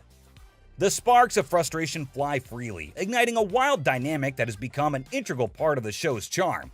So, dear observer, prepare yourself for yet another chapter in the saga of Chum and Rick's fierce relationship, where irritation and amusement intertwine in a dance that never ceases to entertain. Did you know that Chum's not just passionate about candies, he is passionate about diving as well? You can't even imagine what he buys next. He goes to buy a sailboat! Yes, you heard it right, a full sailboat. Rick was unhappy about the candy machine. You can't even imagine how he's gonna react to this deal. Give you that. The weight of anticipation hangs heavy, like a dark cloud looming overhead. In the midst of this suspenseful moment, Rick's anger simmers beneath the surface, ready to erupt like a volcano. The stakes are high, and the consequences of Chum's potential misstep could be dire. Prepare to have your mind blown. Have you ever heard of a street-legal pirate ship? No worries if you haven't, because it was a revelation for me too. Picture this, a captivating vessel that sails through the streets instead of the high seas. This audacious individual is actually selling a pirate ship that doesn't navigate water, but instead driven around during parades and events. The sheer novelty of this concept is enough to make your jaw drop. Can you imagine the spectacle of a fully decked out pirate ship roaming the streets, spreading swashbuckling cheer and captivating onlookers? It's an unconventional twist on the nautical adventure, where imagination takes flight on wheels instead of waves. A fascinating change that challenges traditional boundaries and sparks the imaginations of all who encounter it. For a ship, you can actually drive 60 miles an hour on the highway. This is awesome. In a moment of anticipation, Chum captures a picture of the pirate ship and eagerly sends it to Rick, seeking his seal of approval. It's no secret that Chumlee's heart is set on acquiring this extraordinary vessel. However, Rick's response reveals a familiar pattern. He doesn't always share Chum's level of enthusiasm. Despite Chumlee's unwavering excitement, Rick's support wavers, casting a shadow of doubt over Chum's aspirations. Nevertheless, amidst the uncertainty, Chumlee embarks on an unforgettable adventure on the ship, immersing himself in a world of whimsy and joy. The pirate ship becomes a catalyst for moments of pure bliss as Chumlee discovers a sense of freedom and exhilaration that he has never experienced before. It's a testament to the power of chasing dreams, even in the face of skepticism. Join Chumlee as he embraces the sheer thrill of sailing on that ship, creating memories that will last a lifetime. If I can make a deal, Rick will think I'm the man. As the wind tousled Chumlee's hair and the weather played its part, a symphony of elements converged to enhance his adoration for the float even further. Each gust of wind whispered its approval as if urging him to embrace the exhilaration that danced in the air. The perfect weather conditions seemed to align, creating an enchanting atmosphere that heightened his connection with the pirate ship. With every passing moment, Chumlee's affection for the vessel grew as if it were infused with magical essence. In the midst of it all, Chumlee savored the joy and freedom that enveloped him, cherishing the sensation of pure bliss as he sailed through the streets on the ship that had captured his heart. As Chumlee eagerly awaits Rick's response, hoping for validation and support, his heart sinks when he reads the crushing words that appear on his screen. Rick's text delivers a blow that pierces Chumlee's enthusiasm, leaving his spirit wounded and his dreams deflated. The message, like a dagger to the heart, shatters the joy and optimism Chumlee had been clinging to. The heartbreaking reality sets in as he realizes that Rick's words don't align with his own deep-rooted passion for the pirate ship. It's a moment of profound disappointment as Chumlee grapples with the stark contrast between his own excitement and Rick's lack of endorsement. Emotions swirl within him, hurt, confusion, and a tinge of resentment. I'm sure he's not going to buy it. He doesn't have any money on him. But he's an idiot. Amidst the tangled web of desires and concerns, Corey possesses a keen understanding of Chumlee's nature. He recognizes that once the request to abstain is made, Chumlee is unlikely to proceed with the purchase. In this aspect, Rick's fears find resonance in Corey's assessment. The rational part of their minds acknowledges the validity of Rick's concerns. Even if Chumlee were to succumb to impulsive desires and make a foolish decision, the stark truth remains. The price of the pirate ship far surpasses his financial means. It looms above his allowance like an insurmountable hurdle, a barrier that cannot be breached without dire consequences. The clash between longing and practicality creates a dilemma that Chumlee must confront head-on. Will he heed the warnings and let go of the unattainable dream? Or will he risk it all in pursuit of his heart's desire? The outcome hangs precariously in the balance as Chumlee grapples with the weight of responsibility and the allure of the forbidden. The owner wanted $250,000 for it. Man, that is a little too much. The last bargain he could agree on was $190,000, man. That is still so much money. Chumlee was so sure that Rick would want to get it until he checks his phone. Do not buy the float. That was Rick, my boss. The man had been driving Chumlee around all of the efforts and explaining it. And all for what, man? Just to get rejected on a text message? Whatever. Oh, sorry, man. Man, I really feel so bad for Chumlee. Everyone gives an attitude to my boy here, and he just takes it all. Well, enough of Chumlee. Sometimes even Rick makes a mistake, and the great Harrison is not at all happy about this one. A captivating scene unfolds as Bill strides into the store, his presence immediately catching the attention of the Pawn Stars crew. In his possession, he carries a Wells Fargo Strongbox, an intriguing artifact that exudes a sense of mystery and historical significance. As if that weren't enough, he adds to the spectacle by unveiling antique balls and chains, further piquing the curiosity of everyone present. Bill, confident in his offering, sets the price at a hefty $2,000. A sum that raises eyebrows and sets the stage for a fascinating negotiation. We got a Wells Fargo Strongbox and some antique ball and chain. Okay, you do have a... The anticipation builds as the Pawn Stars team contemplates the value and potential of this unique collection. Will they be able to strike a favorable deal that satisfies both Bill's expectations and their own interests? With his vast knowledge and years of experience, Rick's expertise comes to the forefront as he steps into the bargaining arena. Determined to navigate the deal without relying on external advice, confident in his abilities, he draws upon his extensive understanding of historical artifacts and market trends to assess the true value of Bill's offering. Rick's sharp mind is like a well-honed tool, dissecting the details and uncovering the hidden gems within the collection. As the negotiation unfolds, his eloquence and persuasive arguments come alive, revealing a masterful display of wit and intellect. Rick's knowledge becomes a formidable weapon, allowing him to strike a delicate balance between fair pricing and maximizing the potential of the transaction. It's a testament to his experience and a showcase of his ability to thrive in the world of bargaining, showcasing the power of a sharp mind in the pursuit of a favorable deal. Electrically welded. See how these have arcs from an arc welder? Sure, okay. Okay, and my other big concern? As Rick utters the phrase "other concern," a flicker of suspicion dances in his eyes, indicating that there may be more at play than just the handcuffs. His discerning gaze scrutinizes the items within the Wells Fargo Strongbox, sensing something amiss. What could it be? A forged antique? A replica masquerading as a genuine artifact?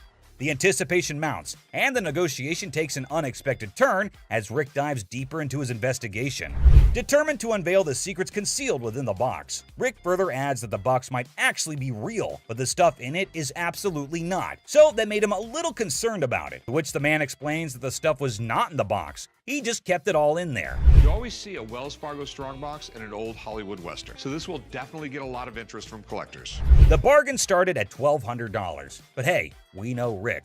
He is damn good at bargains. He finally sealed the deal at $450. But obviously, we need a piece of expert advice over here. Mark, the man with all his knowledge and his beard, is called back to the store. Have you already bought this? That sounds bad. Mark further tells Rick the bad news. It was a complete fake. Damn it, Rick. Looks like Harrisons get pissed off on this show. But hey, another day, another lesson to be learned, right? Kicking off with this episode, which is sure to give you quite a jolt. Hey, how's it going? The episode just starts with a casual conversation between Rick and an old man. But look what he's got. Yes, my friends, you just laid eyes on an 1884 Colt that was used in the Wyoming Range War, also known as the Johnson County War. Goes with it. There's nothing like a good book after a good shooting. That's what I always say. And not to forget the book that comes with it. I mean, you've got to keep the rare flock together. Rick, as usual, begins his quiz, asked a whole lot of questions before investing his money into something that a normal person would have bought in a heartbeat.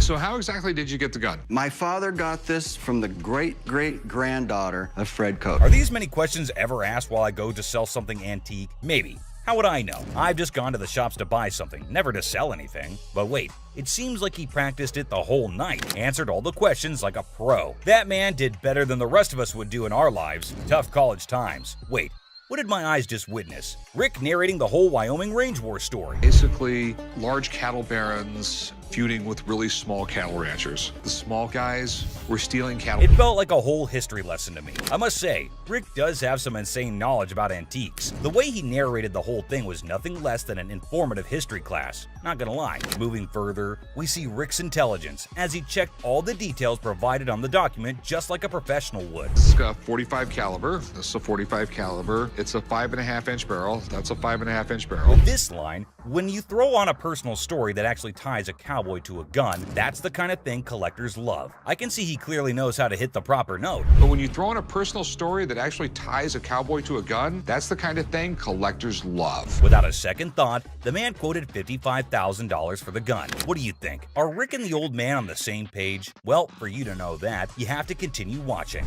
I'd like $55,000. $55,000? And obviously, before getting such a huge amount out of his pocket, he wanted a second opinion on the matter, for which he called an expert. Get someone down here, he'll tell me if it actually belonged to this guy. To be honest, I really don't get it. How can one identify if it's original or fake by just looking at some words written on a piece of paper? Anyway, who am I to say anything? What we have here, it's really hard to make that connection. Some facts were served right there. Like clearly, who else if not Rick would know more than for how much something like that goes in his shop. And you know, Pawn Stars is all about who bargains best to make the most profit. So let's see who gets to cut the cake tonight. And just when he thought things couldn't get crazier, Rick dropped the price and set his bet to $1,500. And all that effort went to waste right in front of your eyes. Yeah, I'm just not gonna be able to do that. I think maybe I'll see if I can maybe get some more provenance. That was pretty obvious. No one would want to sell an antique for this measly amount of money. Definitely not a very profitable deal. And with that deal went flying Rick out of Rick's hands. But in this next episode, this person walks in with a really interesting gun. But how interesting? You're about to find out. Yeah, it's like something James Bond would wear. Yeah, right. You just saw that, huh? But that's not out of a James Bond movie. That thing is as real as it gets. What can I help you with? I'm here to sell my ring pistol today. Well, you know how a gun never stays in the shop for long, be it whatever shape or size. But this thing is something I've never seen or even heard of before. Have you ever seen a pistol ring? Boy, you're looking at it right now. This is something definitely worthy of adding to the antique collection list. Come on, you have to agree with me. Everything about this pistol ring is antique, from loading it to the trigger to its hammer. This thing is a killer. Literally. You know what? If I ever went undercover on a mission, I would definitely carry this cute little devil. James Bond, we just found your vibe. And I know Rick would agree with me too. Yeah, that man seems very particular about the price he's going to ask for that dangerous ring. I'm looking to get $9,000. I'll use it to buy some of the things I collect more often. I personally would wear that ring everywhere. It's an all-in-one combo, kind of a hidden treasure who can double up like your personal bodyguard. It's unreal how cool this thing is. But hey, did Rick just contradict me? Wear them just for fashion. Damn. Rick has got a good sense of humor, not gonna lie. Seriously, getting hit by that mini pistol ring would definitely hurt your ego hard, man. It's also seriously a gun. I mean, it would really hurt getting shot with this thing. And oh, I kid you not when I say that the man clearly did his homework right. He literally asked for $9 grand in the blink of an eye. I mean, that piece truly is a showstopper. But that expensive? Damn. A $9 grand. They're pretty rare. So what happened is that the deal took an intense turn, and Rick, being the smartest in this show, had to prove it. So before finalizing the deal, he wanted a bit of expert advice. I mean, that's always better than regretting later, right? So let's see what the expert had to say about this antique pistol ring. The European gunsmiths, they were making all kinds of little weird things. This is the Imperial Protector. Basically, looks like this tiny mean machine has taken down quite a few people in the past. So it must cost a bomb. But let's hear it from the expert himself. For $11,500. Okay. Thanks, Tony. I really appreciate it. Whoa, I never expected that. $11.5K? That's crazy. And just look at the size of that thing. That thing is golden for sure. But as you know, Rick plays by his own rules, and I'm curious to know what he has to offer. I'll give you $3,000 for it. No, can't do it. Okay, so Rick is trying to settle the deal for $3 grand. But bro, that's like not even half the price the seller asked. Do you think the man will accept the offer? For someone who knew a great deal about the pistol ring, I don't think this man is gonna budge. But Rick wasn't ready to give up or give in as yet. So, do you think they'd both settle on the same grounds? Who do you think is going to win this round? Well, let me put your anxiety to rest, for here comes the moment you're waiting for. As amazing as this thing is, I'm sorry, I just can't do it. And just like that, Rick missed the chance and saw the extraordinary collector's pride walk right out of his door. But what happened in this next episode is even crazier. Working with an instrument maker and got really, really interested with the harmonica. You know how music instruments can be great collectibles. In which case, what do you think about an ancient instrument that has an emotional connection to it? Does it help double up the price? Well, I don't know about you, but I have never seen a shining gold M. Hohner harmonica. We've all played a harmonica once in our lives. Right, we have. And we thought we were good at it. So for those of you who don't know who Matthias Hohner is, here's a quick history lesson for you. Hohner was a trained watchmaker born in Germany, and his company Math Hohner AG is the oldest and largest producer of harmonicas in the world. If you want to know more about this masterpiece, here's Rick for you. So apparently the watchmaker was so blown away by the piece that this is what happened. So he saw the writing on the wall, but he was also working with an instrument maker and got really, really interested with the harmonica. Rick's knowledge never fails to amaze me. There's no question that he is a master of his job, and his trade skills are even better. But is this going to be a jackpot or a lost cause? Before Rick states his price, he found a problem with the musical piece. We get in the ballpark. Okay, all right. It's plastic, and it's not in the greatest shape. I don't know, it's not too bad a shape. The cardboard's coming off. Oh no, that's going to majorly affect the price of this beautiful piece right here.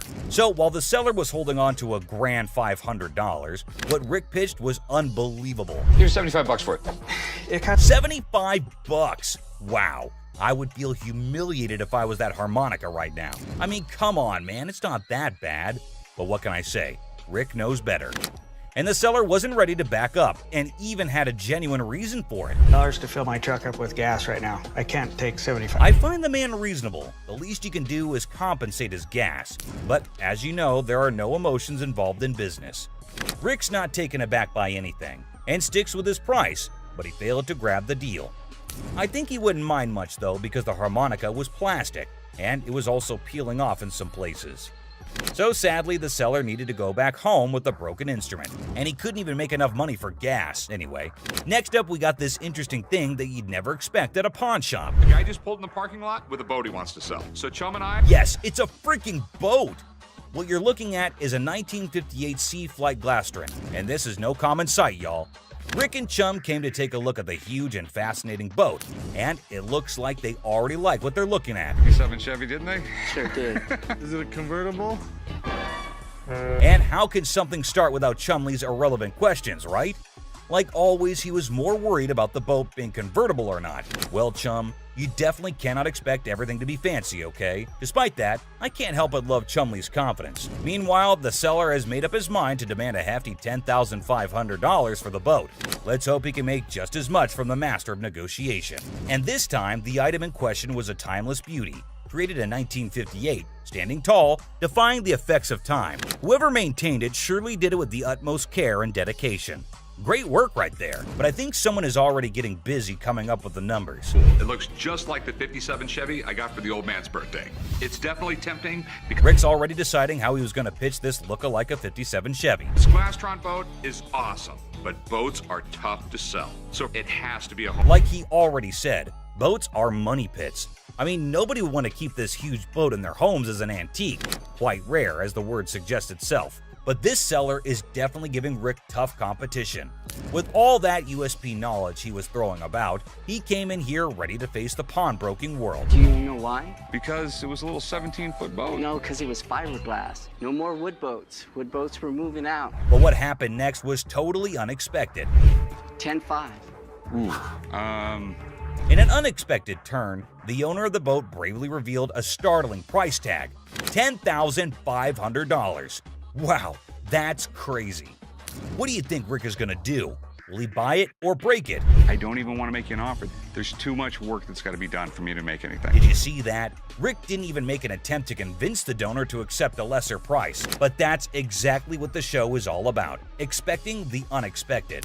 But you cannot miss this museum piece that just made its entry into the shop today. A man brought in an ancient coin, a portrait of Julius Caesar from the month before he was assassinated. Well, I have a coin here. It's a portrait coin of Julius Caesar from the month before he got assassinated. But before that, quick history lesson. Did you know Caesar was the first living person to be depicted on Roman currency? Back then, this honor was only reserved for the gods, so you can imagine Caesar's position in the society. So you know that having him on a coin is quite exclusive, and any historical coin collector would be yearning to get their hands on this coin. Henry would do what was necessary to preserve the Republic.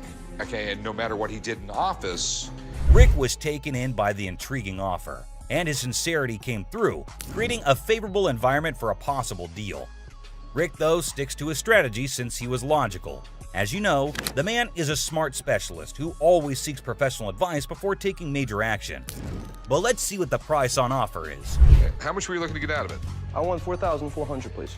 Okay. I like this man's confidence and how he's so adamant about the asking price, exactly the way it should be. The style is correct. Everything is right. Okay. It's perfectly genuine. The expert's analysis is giving us a ray of hope with each passing second. So let's see what the experts have to say. $1,500. Retail? Retail. Wait, what was that? $1,500? Are you kidding me? I thought that coin was a big deal. But what just happened? It's ridiculous. I mean, sometimes you can never explain how things turn out to be in the pawn world. Just like this episode where a man walked in claiming to have a 1951 Yankees team signed ball. 1951 Yankees team signed baseball. For those who may not know, the New York Yankees of the 1940s and 1950s were the most dominant team in baseball history.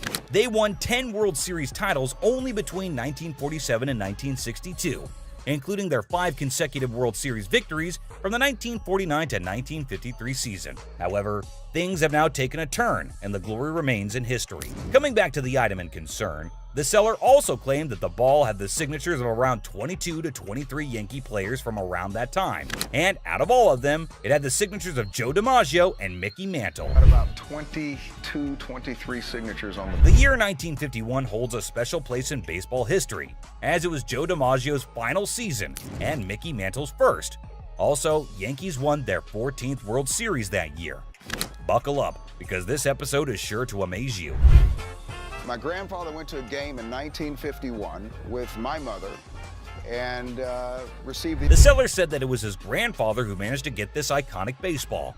According to him, his grandfather went to a game in 1951 with his mother and received the autographs from a friend of his that was involved with the team. Well, sounds fair enough to me. Baseball doesn't really mean a lot to me. It's got some family heritage, but it's a baseball. I wonder why so many people want to sell something that has an emotional connection with them.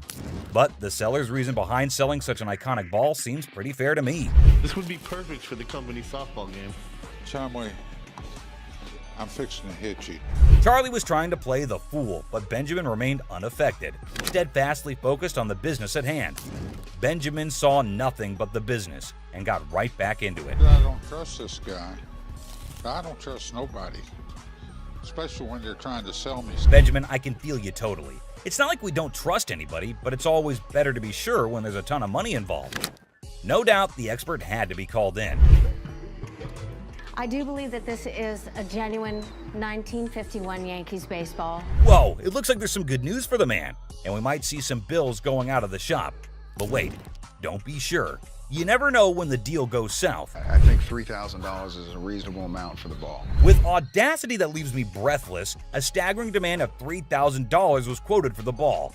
And it's quite obvious as well. After all the authentication and the proof, anyone would ask for that kind of money. They fired about $800. But wait, what?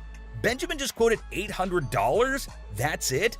No one would sell it for that much, Benjamin. But he was in this business before most of us, and I assume he'd know better. So these were some of the times deals got out of hand on Pawn Stars. So which one of these intrigued you the most? Let us know in the comments down below. And don't forget to subscribe for more such videos. And I'll see you in the next one. Until next time, guys. That's right. No, I'm not. And you're not going to come in here demanding money from me. How would you? Customers usually go through several stages when they hear that their item's not as valuable as they thought. The first is disbelief, followed by denial, anger, and even assault. In this video, we see a woman who assaults a security guard. Another insults and body shames Ashley, and one almost takes a swing at Les. The thing all these people have in common is that they were shocked at the real value of their item. Yes, ma'am. I was coming to pawn my ring because I have to pay my rent. It was due a couple weeks ago. Oh, okay. Why you keep looking at my ring like that is real? I mean, what, you want the studs on my lip or something? Pawning it. I'm not buying it. You're just pawning it. You want to pawn it? Keep control of herself? I don't know. She's lucky. My security staff didn't. There's never a shortage of people who don't know their item is fake. The truth makes this woman explode at Les, but she never stands a chance because Les has backup. Hi. Hi. I'm Ashley. I'm Nana. Nana. Mm-hmm. I called up here and I got an estimated price, and they told me that I could get $400 for these. You called up here and got an estimated price. Yeah. Who did you talk to? Nicole? Nicole. Over the phone? Yes, ma'am. But we don't see them over the phone. She's lying. Where Nikki at? Nikki. Nicole. Well, which is it, Nicole or Nikki? Listen, it's real diamonds. All I know is I need my $400. All right. I'm looking at the diamonds, and I know right off the bat the weight is just not gonna make it. I know I am not gonna be able to help her. I can do 185. No, I'm not. And you're not gonna come in here demanding money from me. Yeah, because that's what I called for. Nikki! What? No, Nikki! She all of a sudden darted away from me, started screaming for Nikki. It was like a bat out of hell. A customer comes in to pawn her jewelry, but she's not ready for what Ashley has to say about it. Excuse me. Nikki! First of all, you're not gonna scream in my store. No, first of all, you're not gonna walk up on me either. This is Nikki, and they told me that they was gonna give me $400. Oh, so look at and these now they telling me that I have money and I need it now. Don't you? No, I need my money right now. I don't know what this chick was talking about. She was very confused, but I know one thing for certain. Nana needed to go. You like that? Well, you disrespected me in my store. Don't you? Okay. Everybody in this door. Joe. Okay, have a good day. And kiss me. Keep walking. Bye, Nana. Give me a headache. Nana's smart enough to leave before security throws her out, but she makes sure that she's got the last word. Hi. Hello, how are you? Good, how are you? I'm well. I'm here today. I want to pawn my computer. I'm trying to get my son into a technical high school. I know it's ugly, but it's No, I didn't say it was ugly. How much you looking to get? Like 175. Oh, that's not enough. I really wish you could give me like 150. Have you ever had an impound before? Yeah, I'm a gold card member. Get it for you for the same amount that you've had it in for. What was that? Do you consider the fact that I've been patronizing this business since '97? I really appreciate you're not giving me what I want. Well, I don't give everybody what they want. 157? Are you done? No, I'm not done. Okay. Do you want the 100? No, I don't. Okay, then goodbye. This customer walks in with a laptop and a price that just won't cut it. Ashley knows this one's gonna have to go. What do you mean goodbye? You can walk out the store. I can. But am I gonna walk out? You will. Who's gonna make me? I want to see somebody make me leave up out of this giving me what I want. Well, I don't give everybody what they want. 150. Well, if you had as something a patron that's been patron since '97. No, I'm not done. I want to see somebody make me leave up out of this. Are you a lady or are you a child? I don't give what I am. And don't think that you won't. Because all I got to do is make a phone call. You know what? Get out. I'm not getting out of here. Get out. Me out. Don't touch me. Touch me. Get out of my store now. I've been patronizing this business since '97. You have an English degree, right? No, I don't. Despite Ashley's efforts to help her, the woman goes ballistic. Felix, the security guard, escorts the woman out, but she doesn't go quietly. I was coming in to try and get like $1,500 for this. Okay. I'm trying to get my baby daddy out of jail, and I've been really trying to work things out with us. I love him dearly. I was his first phone call, so that lets me know that he loves me. Huh? No, not $50. I want $1,500 I'm sorry, for I these. can't help you with that. I said. I don't care what you said. I said I want $1,500. I'm not giving you $1,500. $1,500. I am not giving you. To get my man out, okay? I want $1,500. What part of that you ain't understanding? You need a hug. No, don't give me no damn hug. Oh, you need a hug. I don't want no damn hug. The woman comes in to trade baseball cards. However, the only thing she manages to do was initiate a shouting match with Ashley. This one is put out the door fast. How are you? I'm doing okay. What can I help you with? Either trying to get a loan on it or you guys can buy it. Mm-hmm. Trying to sell it for maybe like $150. It's $50. This thing costs way more than this. Okay, but I'm not going to pay you for the amount that you think it's worth because it's stained.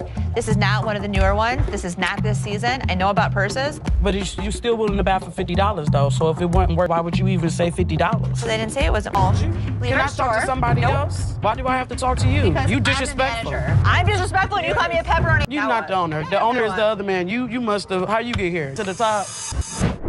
Customers are just shocked when they're told the real value of their item, but this customer's just straight up disrespectful.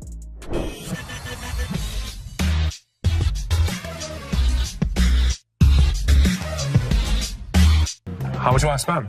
I got $70. I've seen them from $70 to $80 at other pawn shops. Yeah? With 2 games. Put it in as long as you'd like. Does it come with a warranty? It comes with an as-is warranty. Need a PlayStation? I sell them for $100. What you gonna do? I don't know. The PlayStation's really hot stuff at the moment, but the customer who wants one is far from hot. He's mostly just hot-headed. I ain't been shot already. What? Ain't nothing here. You're just another door guy to me. Yeah. Throw it down. Throw it on $70. I ain't. Oh, you don't have it. Have a good day. Have a good day. Hey, what you think? What is all that about? What is all that about? No, this my level beat your ass down here. Come on. You right here. You bitch.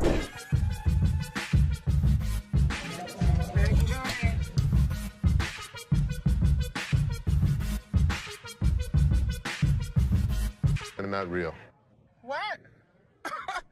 No, these is real. Look, when you holding up to the light, ding, you hear that? Ding, that's the diamond sound. Don't you think I would offer you money for them? No, I know what this is. Why your big ass standing here? What the you want? So you can give me my $300. Whatever, Tome, my ass haters. Bye. Have a nice day. The next customer is a lady with diamonds from her fiance, or so she thinks. Les breaks the bad news to the lady, but she's got a hard time accepting the facts. Hello. Hi. Can I help you? If I'm trying to pawn this, 35 millimeter, right? yeah, How much are you looking for? just about $30. Got my baby's birthday coming up and just need a couple of extra dollars to help out. Stuff situated for him. What do you have planned? For his birthday? Mm-hmm. A birthday party, you know, cake, ice cream. To try and get money from us. And the kid ratted her out saying, yeah, my birthday's in 2 months. There's a little bit of time you have before then to come back and hopefully have something of value. And I really would have appreciated any little thing that you could have gave me. 10 years ago. This is some bull because y'all could have took this camera. You could have gave me $30. The innocence of a child didn't allow this woman to cash in on her worthless camera. She was pretty shocked her lies didn't work on Seth. How are you? How are you today? Good. What you got? My bracelet. My baby daddy gave it to me. It would be so mad. Curtain tiebacks. What are you telling me? You know this isn't real. What do you mean it's not real? Well, it's a real bracelet. You know what? It's a real, listen, okay, fine. You're fair enough. probably Don't right. trip, okay? Don't trip. I'm about to call him right now. Sometimes people get presents, and sometimes when they get their presents, the people that give it to them tell them a lie. He said this bracelet costs $500. It would be more What are you talking about? He's Anywhere. lying to you. Baby, did you give me some fake gold? Did you give me some fake gold? Really? Did you give me fake gold? This ain't love, baby. You said you was gonna marry me one day. Okay. Have a very nice day. Thank you. Man, this. What the is you talking about? Have a nice day. I have a nice day when Okay, you then give me don't some have nice service. Right? You know what, y'all? I'm about to take it a real jewelry store that knows something. That's what I'm gonna do. The amount of men who give their women fake jewelry in Detroit is absolutely crazy. This woman is shocked, betrayed, and angry when she learns the real value of her jewelry. Hey, I was wondering what you could get me on a loan for the PS3. We're on a mission now. real mission to get my brother out of jail. All of a sudden, the cop just stopped us because one of our lights were off in the back of our brake. Bonded 300, I got 150, and now I'm here. Ended up with his brother trying to sell his video game system on his games and the controller. See what we could do with that. 95, suppose I get to 100 for you. 100, mama. I can't. 100. I normally would have given $80 on this game unit. I went $15 over, and that wasn't even good enough. But too bad I couldn't help her out because I wanted to help her. But I hope she can find the money. Two customers come into the pawn shop on a noble mission of freedom. However, Ashley lets them down easily, but at least they take it better than most customers in this video. Pawn shop because we, is in need of money. And we're trying to pawn this VCR and this TV. Okay, would you put it on there like that? You ain't seen no income. You wouldn't. Where's the income? You want to go to the So what? I was ready for them to have a full-out brawl out there. Get your ass on somewhere. No, get your ass on, hockey ass. I tell all ladies and everything. Can I help you guys? Why are you guys fighting? I kicked this from what he said. It was offensive. Yeah, pretty good for TV. Sell it. Actually, yeah, we gonna pawn this. No, the TV didn't get dropped. 20. It works. $20. All right, 20 will work. Hey, you can each get 10. Oh, you agree now? All right, just give it to this gentleman. We're gonna do this for 20. Just go online, get your ticket, and get your cash. This is a general conversation. Okay, well, we still in a relationship, though. Tiffany, seriously, maybe you should go in the parking lot and just wait for him. You're right. I am gonna wait in the parking lot. Park was really pretty. I like it. A chaotic couple barely makes it to the pawn shop before smashing one of their items in an argument. The couple is more sad than shocked that they've rendered their items worthless. Hi, how are you? I'm good. How about yourself? Doing all right. I've got a ring I want you to take a look at for me.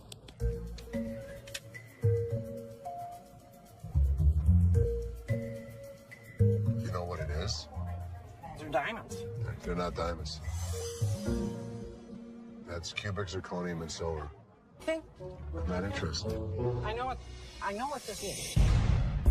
I'm telling you, I can't give you any money for it. I know it has value, and I'm really, really upset right now. So, I've worked for an attorney. I know my rights. Don't touch me. You're an idiot. You're an idiot.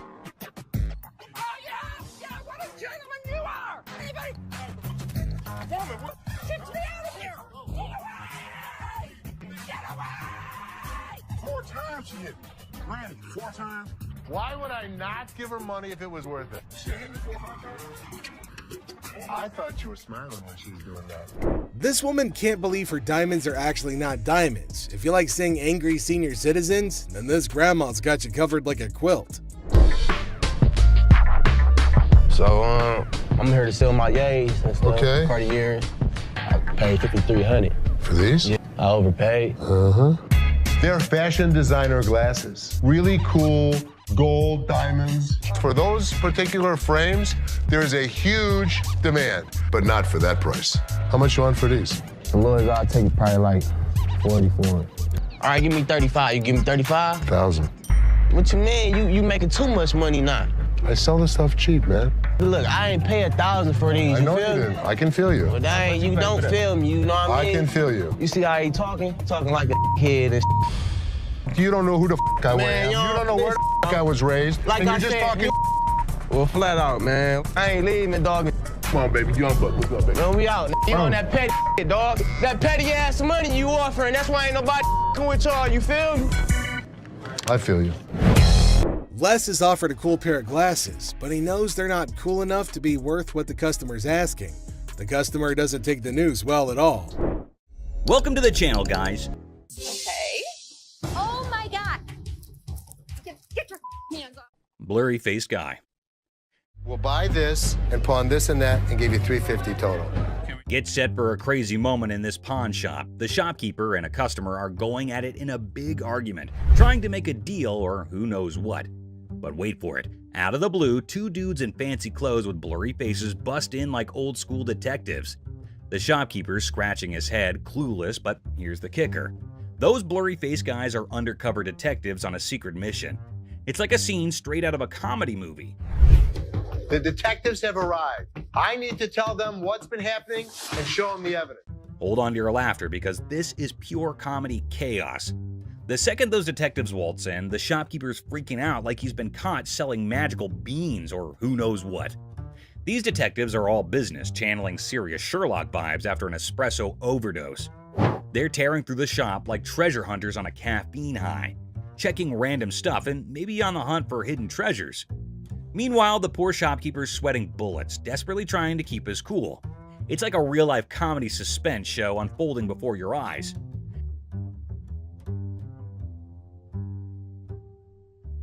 Get ready for the wild ride of the century. These detectives, giving their best modern-day Sherlock and Watson vibes, decide to ramp up the drama with technology. It resembles they're on an investigator show marathon watch as they jump into the security camera film. As they replay quick forward and focus on each problematic little hiding spot in the shop, envision some strong, thrilling music playing behind the scenes. An investigator story with an innovative turn will keep you as eager and anxious as ever. Do you think he was working with someone else? If he was, it could be anyone. Well, buckle up for the big reveal. The digital detectives uncover the mastermind. And guess who? It's our buddy Joe. Yep, good old Joe is the culprit behind all the missing stuff. These detectives don't waste a second. They slap handcuffs on Joe quicker than you can say guilty as charged. And just like that, the pawn shop transforms from a place of heated arguments to a full-blown crime scene. The shopkeeper, still in shock, watches as Joe gets escorted away by the police, handcuffs and all. The whole situation is so bonkers it can make anyone burst into laughter. It's like a comedy show with mix-ups, detectives with blurry faces, and a surprise twist. You'd be left thinking, did that seriously just happen? It's pure comedy gold, my friend. Comedy gold. A massive fraud. This one will truly astound you, so hold on to your chairs. The largest swindle to ever occur on the show, so far as people are aware, left everyone perplexed and alarmed. Basically, the boys said that someone from the shop had conned them. She pawned 2 of our laptops, and she told us she was going to give us the money and the laptop. To make a long story short, a woman pawned 2 of their laptops and then informed them that she knew someone who worked at the pawn shop and would give them the money and the laptops. You pawned something? Yes, she has the ticket to When did you pawn it? Today. The males are left with nothing because she has their laptops, the money, and even the ticket to their belongings. You at the back door, so you'd end up with the laptops and the money? Yes. It astonished Ashley and Seth as much as it shocked Les. This girl told you one of my guys would meet you at the back door, so you'd end up with the laptop? Les, or anybody else, was unable to stop it now. Les then thought of a strategy, though. If you can find out which one of my employees, you give me the guy's name, I'll give you the computers. At that point, the youngster had a glimmer of optimism and left, believing that perhaps they could apprehend the employee. Well, let me tell you something. We've been scammed before, and I will not be scammed again. Les then requested that Ashley look up the buyer of each laptop they had that day on their background. Les realized something had clicked when she spent the entire day going through them and finding nothing. You're able to witness it. You'll get the money and the laptops. You go, hell yes, let's do it. Thus, these children were not the victims themselves. Instead, they had been attempting to con them all along. Well, here's the way it works. Nobody gets out of pawn without paying for it, and nothing goes out the back door. This time, they weren't duped either, although the kids did cause Ashley and the others a lot of worry during the day. The bag. Imagine this super funny video with a lady who's basically playing the I'm lost in a bag shop game at a crowded mall. So there's this awesome comedian pretending to be her, right? She strolls in like she just landed from Mars, completely clueless. Yeah, okay, I went to get my purse back to make my payment. Then, out of the blue, she locks eyes with a black bag, and boom! She's convinced it's her long-lost twin, with a mix of determination and total confusion. That's my purse right there. That one right there, the black one.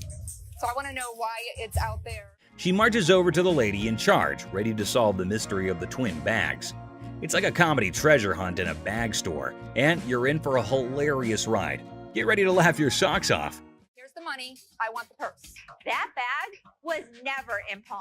Now get this. The shopkeeper, a comedic genius with timing that's spot on, coolly spills the beans. She says, hey, this bag's not yours. But oh no, our lady on a mission won't back down. That's not your purse. How do you know it's not my purse? Because that purse has been out there. Let me see it. With this epic confidence, she declares, no way, this bag and I go way back. They're like childhood buddies. And here's the best part. You want to buy it? I just want to look at it and make sure it's not mine. She throws down the ultimate challenge. Bet you this bag, if it's not mine, I'll hand it over. But trust me, it's practically family. It's like a comedy duel in a bag shop, and you won't believe how hilarious it gets. Oh my God. Get your hands on me. Meet Cam, the scene stealer of the century. Picture this, chaos in the bag shop, and here comes Cam, our superhero security guard.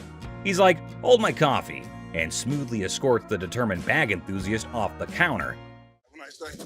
Let's go. Walk yourself out, yo. You. Walk But wait, she's clinging to her bag like it's a ticket to a comedy show. The laughs hit the roof as Cam keeps his poker face while chaos reigns. This video's a comedy roller coaster. And Cam, the unsung hero, it's a laugh-out-loud male adventure that you don't want to miss. Just hit with that pole, right? Go. Bitch! Go where you got to go. I'm gonna kick your ass. You wait. Sign of free cash. In the pawn shop sitcom, the worker dazzles the customer with the prospect of a 30-day cash fiesta. The seller, with a classic "How can I help you" line, unwittingly opens the door to financial freedom hilarity. It's a tale of interest-free loans, dollar storage fees, and a comedy of errors that promises 30 days of pawn shop shenanigans. But that's not what the y'all sign is saying. Misreading it. No, you're misreading it. The customer attempts a 30-day free cash caper, armed with a misinterpreted sign. The seller, caught in the crossfire, insists it's an interest-free loan bonanza, not a free cash party. Cue the comedic chaos as the customer points fingers, and the pawn shop sign becomes the unintentional star of a sitcom episode gone haywire. I need my cash. It says it right here. Free cash. The customer demands free cash like a rock star on tour. The seller, armed with the reality of interest-free loans, faces a barrage of demands. The customer, teetering on the edge of pawn pandemonium, enlists a surprise ally, a sassy woman who jumps in the scene like a comedy superhero. Cue the applause for this unexpected twist in the cash crusade, where the customer and seller engage in a hilariously awkward brawl. Amidst a flurry of ass cracks and elbows, the spectacle unfolds, leaving the bystanders in stitches. The door slams and the customer vows a dramatic return with an unforgettable "I'll be back" exit line. Antique computers. Got some equipment here. Yeah. We need some money. We're going to out west. In the pawn shop time machine, two hunters strut in with ancient computer relics.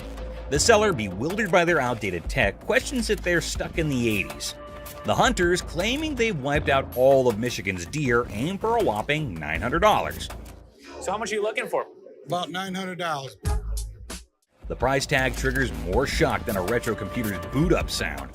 What I can offer you is zero. Zero. Comedy sequel, the hunters scoff at the initial offer of $0 for their ancient artifacts. The hunters, expecting treasure, get a lesson in antique appraisal, leaving the shop echoing with laughter and $0 dreams. Wonderful. Thank you so much. You too. In the aftermath of the failed computer barter, the hunters drop to an $800 offer, met with a swift and resounding zero from the pawn shop. ZZ Top, mistaken for Detroit's antique appraisers, exits empty-handed. The seller consoles himself with a printer sacrifice to the dumpster gods. I thought it was you, man. Oh, that's good. Ending the scene with a comedic crash and a touch of musical confusion. You people. Plump man.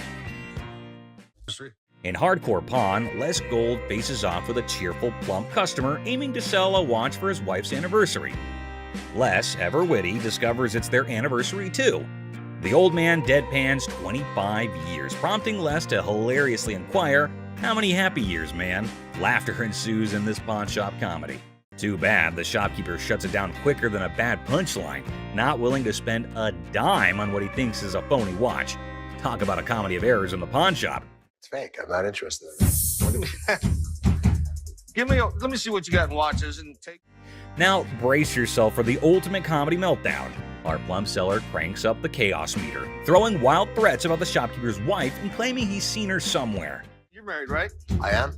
This triggers the shopkeeper, turning the whole scene into a chaotic carnival. There's two things you don't talk about. What's that? My wife and my family.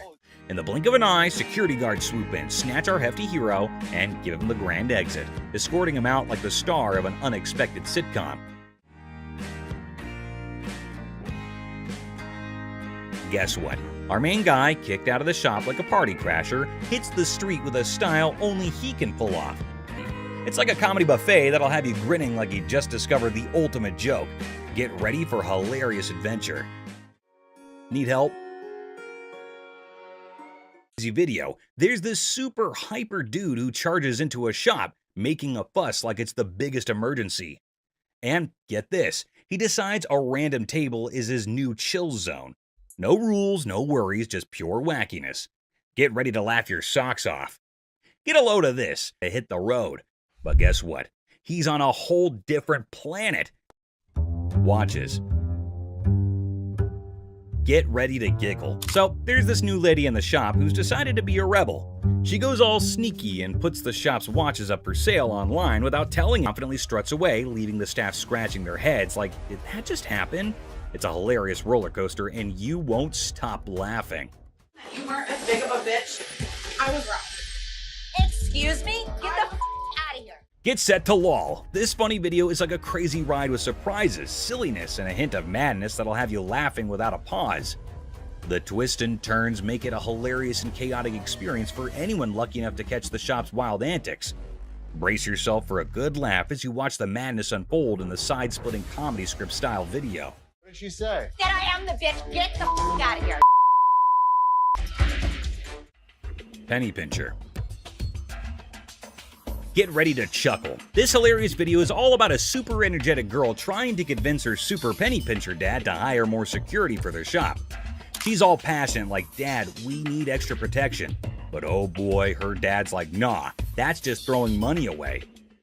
Adding an extra night security guard is an expense we don't need. Dad, I just don't understand. The funniest part? When the argument gets so wild, the girl pretends to be super angry and storms out of the room. It's silly, it's amusing, and you'll be laughing your socks off at their crazy fight. Every single time I have an idea and I bring it to your attention, he then has to walk in.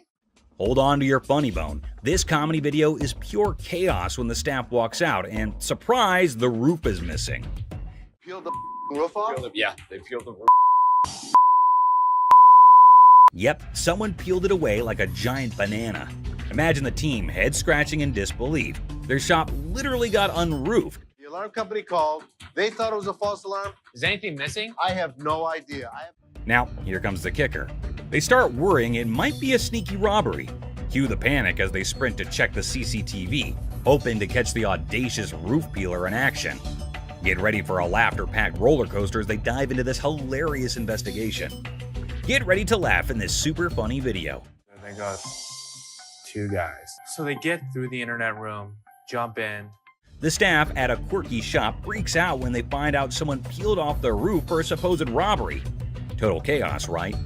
So they go all detective and check the CCTV footage. But wait for it.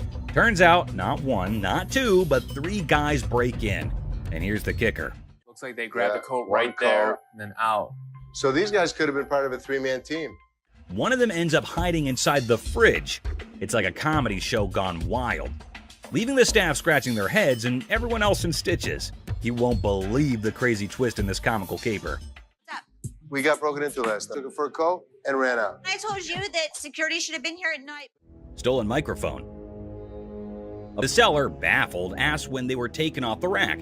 It's a funny scene of concert chaos turned into a pawn shop jackpot, where microphones become rock star souvenirs, and the friend is the accidental hero of the day. Microphones I picked up from a concert last night.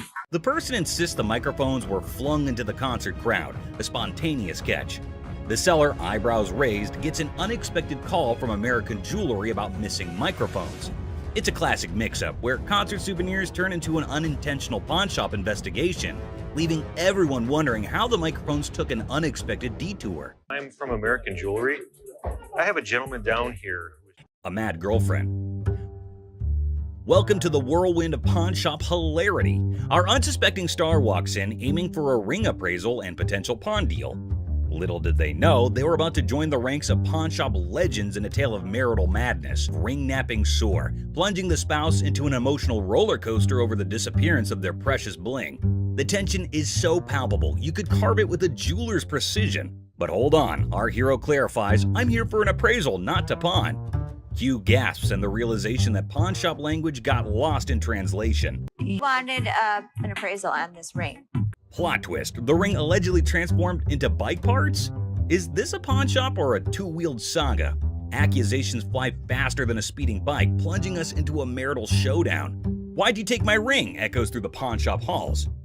Why'd you take my ring? Well, I wanted to see how much it was worth. Our hero is left flabbergasted, caught in the crossfire of accusations and domestic mayhem. "I just wanted to know its worth," they exclaim, trying to defuse the explosive situation. But alas, emotions rage on. Yesterday you said you needed bike parts and didn't have the damn money. And all of a sudden you got my damn ring. Drama unfolds, they assert their right to park no matter the odds. Suddenly, I'm patiently telling you, dude, park your spots out. Meanwhile, our hero, undeterred, asserts, "I'm not going nowhere," as if the van gods themselves had bestowed upon them a divine parking mission. In a shocking turn of events, our hero literally stops, drops, and rolls on the store carpet, leaving everyone perplexed. The guy in the refrigerator. In this episode of Hardcore Pawn, we are taken to the time when a crazy man entered the shop, and when no one was looking, he took refuge in the refrigerator for reasons unknown. Thankfully, this man had spotted the crazy man and went to Ashley and others to let them know. At first, no one would believe him, but by the looks, he looked quite genuine, so they followed him up to the spot where the fridge was. Still hardly believing the man, they went to open the fridge, and boom! The man was curled up inside, about to make the refrigerator its new cozy little home. I don't know what y'all doing over here. There's some mother in the refrigerator. What? The whole situation was so absurd that not a single person in the whole shop could believe that there was a whole person hiding inside there. Good thing that they have security in the shop, so the man got what he deserved. What the are you doing? Fake earrings. Two sassy black queens strut into the pawn shop, flaunting earrings worth $350. The seller, bewildered, questions their cash craving. They snap back. How you doing? Good. I'm here to pawn these earrings. Okay.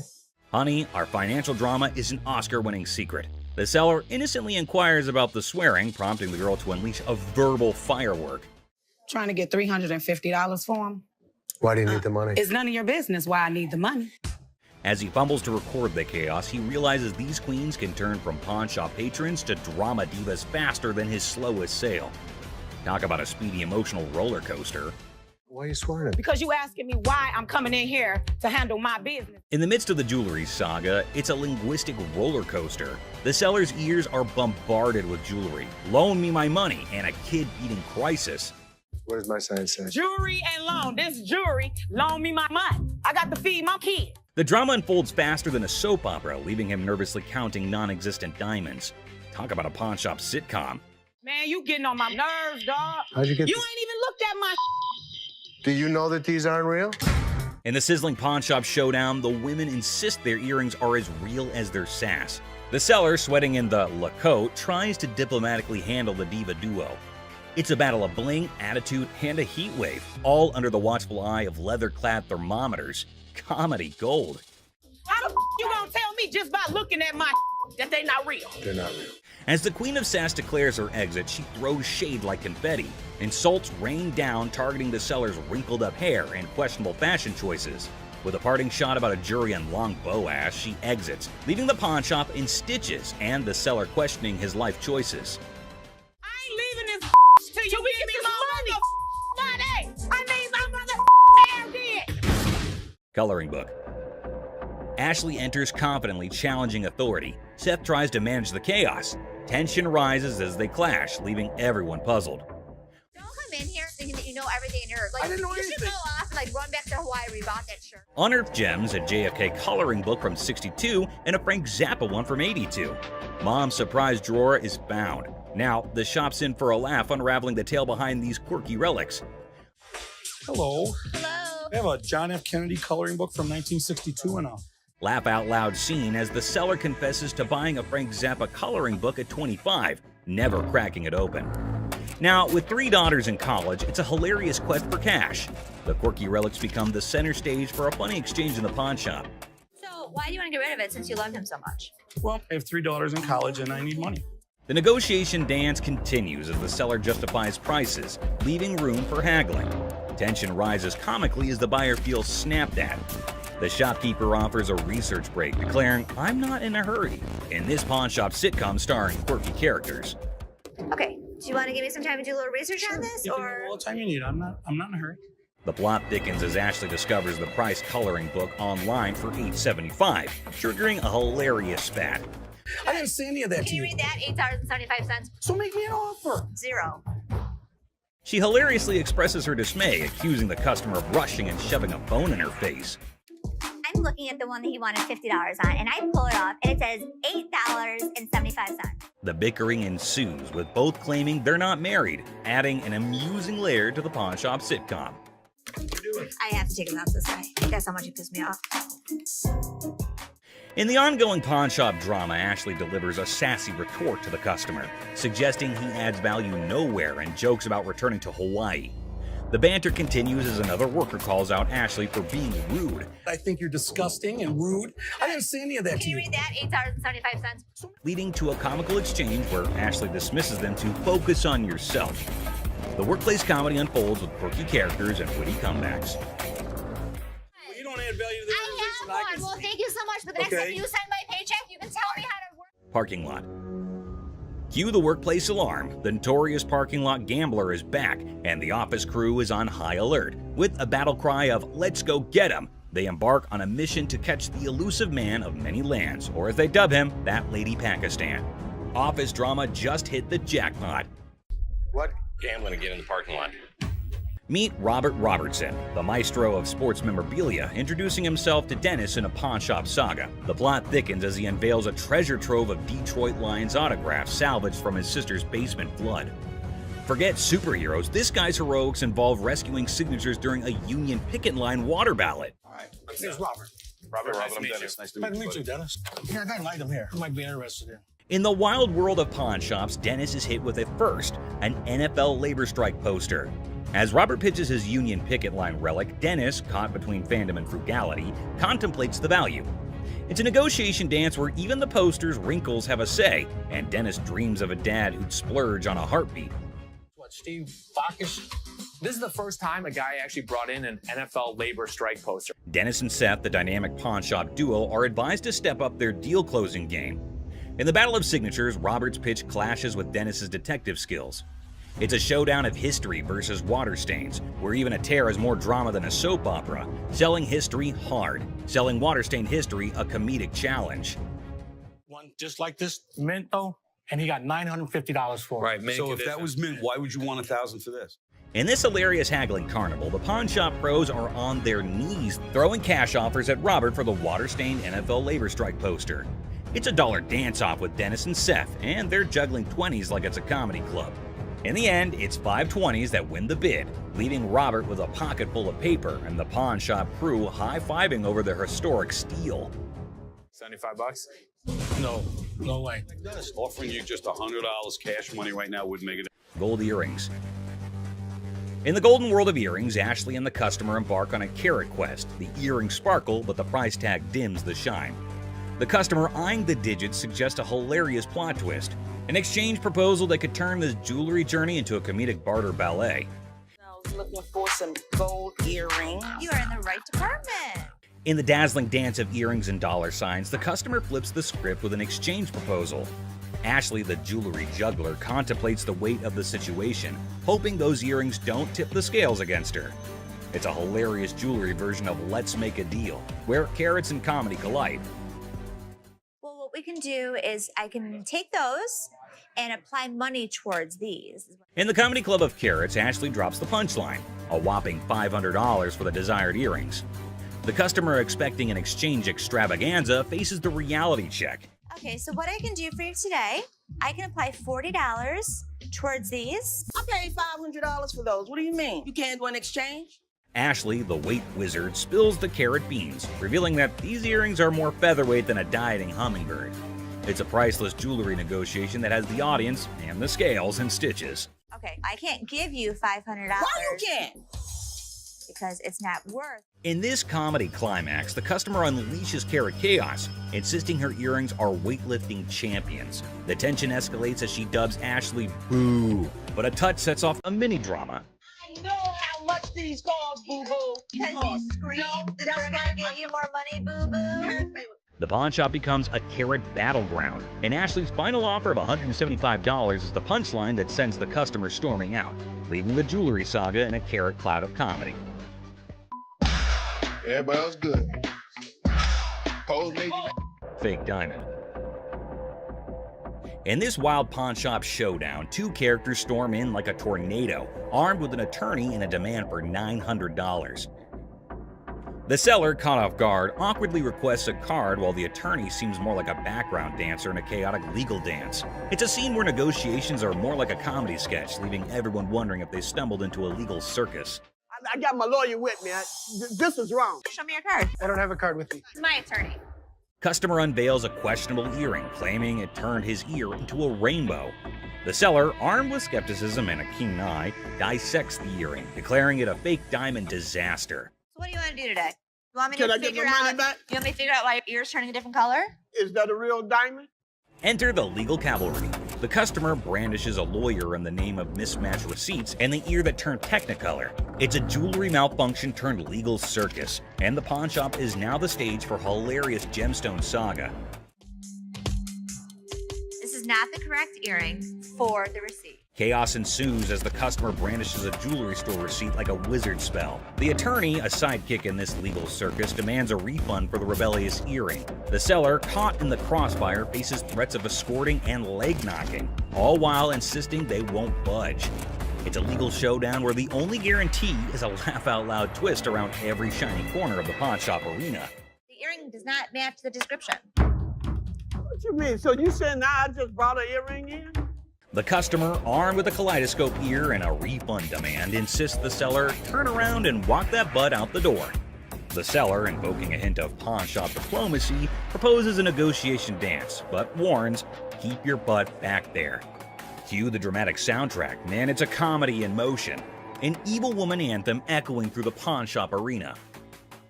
Get out. Yeah, you know, took my money. You sold me a bold earring. Golden State Warrior ring. I just got engaged, and I heard you had a 75 Golden State Warriors ring, and I was thinking that would be perfect for my fiance. This man came into the shop to buy something, which is odd because most people come into the shop to sell something. This man, on the other hand, was interested in Rick's 1975 Golden State Warriors ring, but Rick was unable to but laugh at this. Rocco, will you grab me that ring? Sure. That is a brave man that would give his fiance a championship ring. Even though Rick keeps on laughing, asking why the man is giving a ring like this to his fiance, we understand that the buyer isn't pleased with Rick's antics. So what I did was I brought pictures of another 75 Golden State Warriors ring. The buyer produced photos of another Golden State Warriors ring and attempted to match them, which they did. Then he asked if it was a genuine diamond and if Rick had checked it. Rick told him that the stone was genuine. Perfect. Have you tested the diamond? Oh, yeah, it's a real diamond. It's a real diamond, okay. The buyer then proceeded to use his own tester to determine whether or not the diamond was genuine, as he was a collector and dealer of sports memorabilia himself. But as he went to test the diamond, it didn't pass. It's not testing. That's because you have a really cheap tester. So Rick stepped in with his own tester, which of course revealed that the diamond was genuine. Even though Rick was irritated by the whole thing, he chose to be courteous to the man. First fine on mine. Okay, I will trust that. The buyer requested for the amount after the ring had been tested, which Rick believed to be $11,500. The purchaser, on the opposite hand, had a budget of $5,000. Any 11 grand, that's what I can do. That's your bottom line? Yeah, okay. Best price. Because Rick refused to go any lower than $11,000, the buyer was forced to leave the business unhappy and empty-handed. I didn't think he was going to go 5,500, but I thought, he'd work with me a little bit. But it seemed like he wanted to punch me in the face. Wells Fargo safe deposit box. What do we have here? Well, we got a Wells Fargo strong box. This man arrived with a Wells Fargo safe, an antique ball and chain, and a couple ancient handcuffs. The seller was asking roughly $2,000 for everything in the package. All right, well, tell me about these things. This ball and chain right here actually comes from the Human Prison. It's the oldest prison in the state of Arizona. Folsom Prison was Arizona's oldest prison, and the handcuffs belonged to it since the late 1800s. Here's my concerns. When they forged chains back in the 1800s, it was just hot welding together. At that time, it was all performed by the blacksmith, but the chains that the man brought in were all electronically forged. Not only that, but Rick had another major problem. Never in the history of any prison did they ever have their name put on the balls. What Rick was saying was that everything the man brought in was false, but the seller was not ready to believe Rick. It's fake. What makes you an expert on this stuff? I've been buying and selling this stuff my entire life. Even if the contents of the package were phony, there was a chance that the box itself was not. So Rick made a deal for the box and left the rest. Box, I'll give you $400 for it. I want $1,200 for it. No, you don't. And the transaction was completed for $400.50. The seller left, and Rick subsequently decided to consult with an expert about what he had purchased. Okay. 19th century strongbox, Wells Fargo. Following a thorough examination of the box, the expert asked Rick the following question. First things first. Have you already bought this? The box was just as false as the other items Rick did not purchase, and the expert agreed. It's a complete fake. Damn it, Rick. Mystery Guy.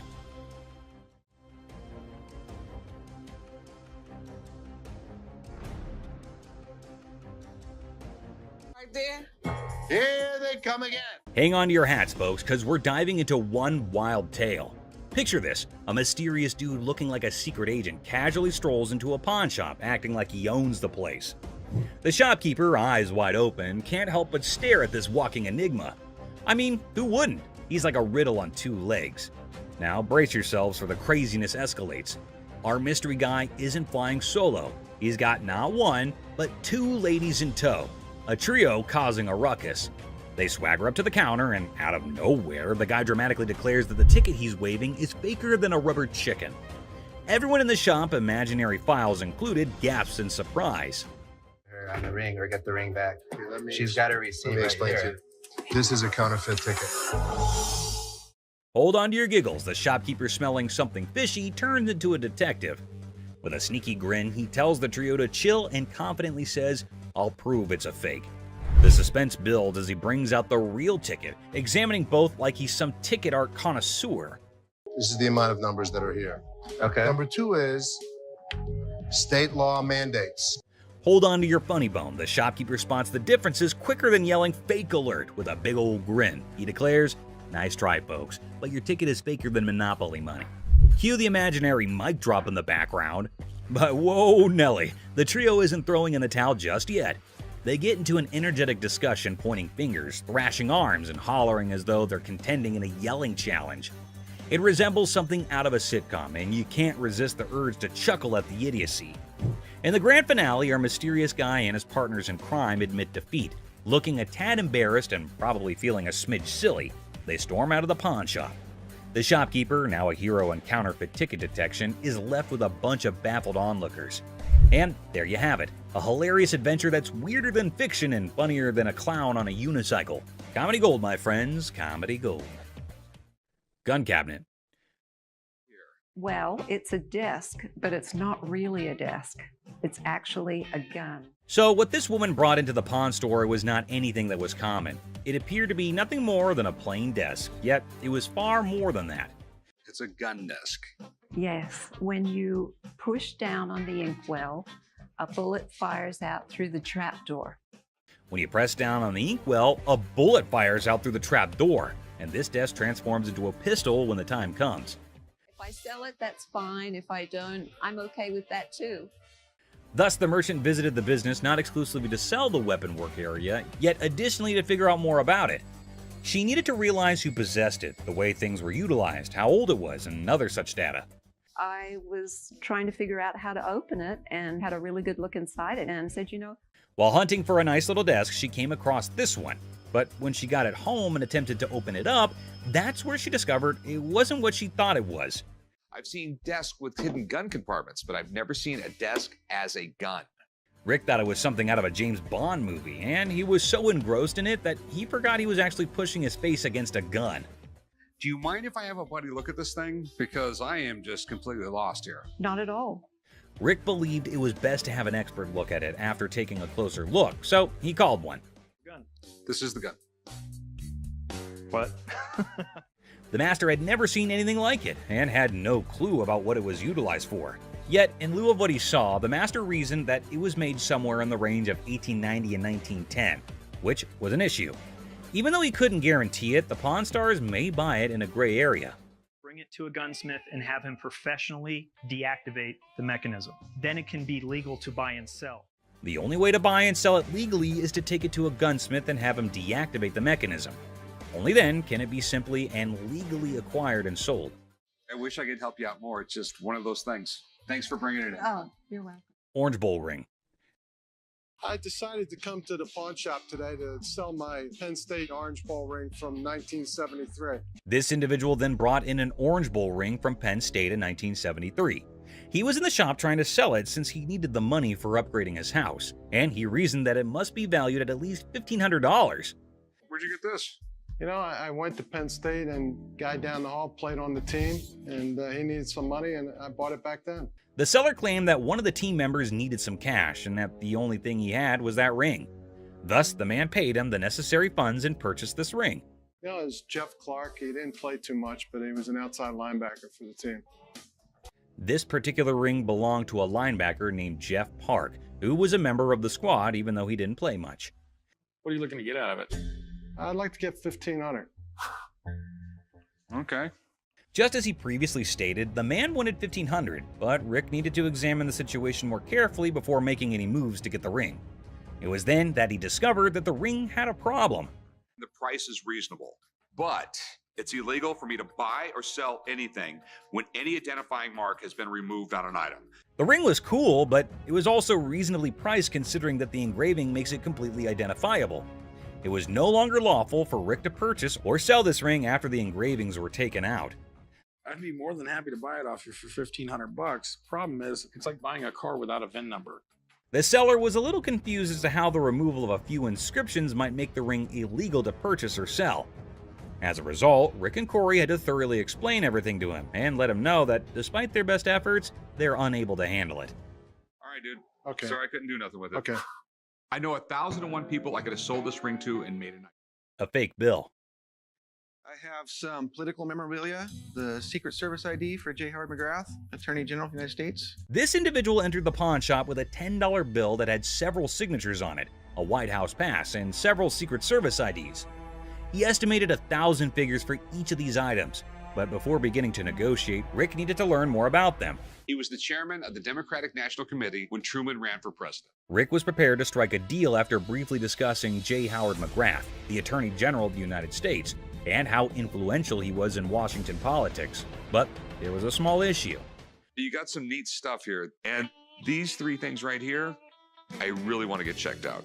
Rick checked everything and concluded that not just the dollar that the man had brought in was counterfeit. Rick had to see the expert to find out if he could purchase the other items since he had a hunch that doing so might be illegal. You don't want. A counterfeit bill is not legal to own. The expert said that the White House pass and the Secret Service ID were authentic and acceptable to purchase, but the fake banknote was a different thing. Thanks for coming in, Mark. Not a problem. You're the best. Appreciate it. Alrighty. Now that the expert had left, Rick was prepared to strike a deal. Aside from the fake bill, he asked the vendor what else he wanted. Yeah, I'll give you $500. Good deal. All right. You want to write them up? Yeah, sure. The vendor left the store with the cash and the unauthorized bill after the trade was completed for $500. Hopefully he gave the Secret Service the counterfeit bill. Harley Davidson. You got any paperwork I can see on it, or? Yeah, I got the title, but can we negotiate first or something? I mean... Now, Corey's a seasoned pawnbroker, and his spidey senses tingled the moment the seller mentioned paperwork later. It wasn't the gleaming Harley Davidson that raised an eyebrow. It was the seller's insistence on negotiation first, documents on hold. See, Corey's dealt with his fair share of shady characters, and a bike like this beauty attracts all sorts. So with a polite but firm smile, Corey politely pushed back. Paperwork, he said, before we talk about the price. Standard procedure. You got any paperwork I can see on it, or? Yeah, I got the title, but can we negotiate first? The seller's eyes flickered ever so slightly, and that was all Corey needed. Something wasn't kosher here. Now, Corey isn't just sharp, he's thorough. Those papers, discrepancies galore.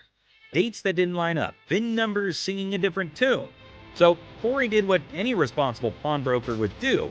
He plugged those details into the good old computer system, What he found sent chills down his spine. Corey knew right then this wasn't just a sale. It was a potential police sting waiting to happen. Sure, the Harley was a head-turner, a chrome-plated masterpiece that could make angels weep. But for Corey, business wasn't about shiny toys. It was about integrity, about doing the right thing. And the right thing in this case meant making sure this beauty wasn't a stolen dream, someone else's heartache wrapped in leather and chrome. So, with a heavy heart and a clear conscience, Corey had to do what he had to do. Walk away from the deal, even if it meant letting that Harley roar out of his life and into the unknown. iPhone. I just got this phone that I bought here like 2-3 days ago, and this don't work. The bell above the pawn shop door jangled, and in walked a man clutching a sleek black phone. He announced, smooth as silk, that this beauty was a recent purchase, now sadly broken. The camera don't work. It keeps freezing and like that. He claims that it's just too irritating to use because the phone freezes frequently and the camera doesn't function. Download a camera function? No, it clearly got a camera. Why would I have to download it? When it was questioned if he had downloaded the camera feature, he became very irate. If he's telling the truth, then why does this inspection set him off? And why was he even being questioned about getting the download? That isn't how it operates in any case. You got your receipt? No, I ain't got it with me. I ain't bring it. First of all, we don't sell it. We can decide right now whether the client is attempting to misdirect. Rich, the seasoned pawnbroker behind the counter, felt it too. That intuition, honed by years of dealing with all sorts, that sixth sense for trouble, it was screaming at him. This wasn't just a customer with a broken phone. It was a game, a play in progress. As soon as you give me that receipt, I can see what I can do for you. I don't have my receipt. I just clearly told you that, man. Clearly, you told me that. So Clearly, I have you to tell need to you either fix this that or... without the receipt, there's nothing I can do for you. Rich yells, "Are you messing with me, man? You came for a new phone, but you don't have a receipt?" However, the man persists in insisting that all he's asking for is another phone. If he said clearly one more time, I was going to clearly have to knock his freaking head off. We're all aware that Rich needs the receipt. You, my man, are not. Who sold the phone to you in the first place? Somebody. He here. When questioned who exactly had sold him the phone in any case, he quickly pointed at any random employee. We haven't had one of those out for sale since I've been here in 6 months. I mean, I just seen you in 2 weeks. Furthermore, it appears that the youngster he pointed at didn't know why he was being called for. Thank you very much. I appreciate you coming on over here. You can go back to selling that computer. All Rich knows is that it's an iPhone, but he's more irritated by something else. What's more, clearly it was working out. Can you go show him how it works? Take a picture out in the parking lot. Nope. And then, like a burst dam, the story spills out. The phone wasn't his. The purchase was a shady deal in a back alley. The frustration wasn't with the camera. It was with the consequences. The cold sweat of a gamble gone wrong. With a sigh, Rich ushers in the man and his broken phone out of the shop. The heavy silence echoing their unspoken pact. The truth had been told, the game was over. That's all for our video. We hope you liked it. Please comment, like, and subscribe. Don't forget to hit the notification bell for more videos like this. Share it with your family and friends. See you next time. Christina stealing money. Here's something curious happening. Les seemed to be very angry over that man. Don't know what that man was doing there and what he had done, which made Les angry. Let's see what will happen. Ant stole the leftover money. Everyone there is so angry. What is going to happen now? Les is curious as he is sure that Christina cannot do this kind of stuff alone. There must be some other people supporting her in his play. Les is taking it to extremes and asking again and again if there's another one with her. Have you been working with any other employee? No. All alone without any knowledge of anybody else stealing from us, correct?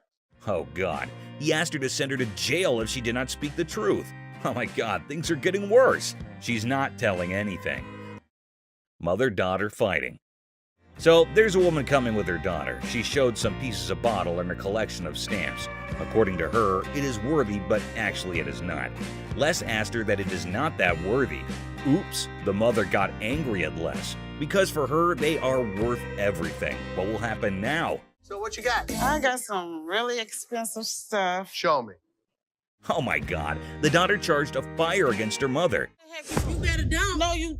Girl, what the hell wrong with you? She triggered her and insulted her for her useless collections, and oh my God, look, they're about to have a deadly fight. Oh God, the mother scratched her daughter.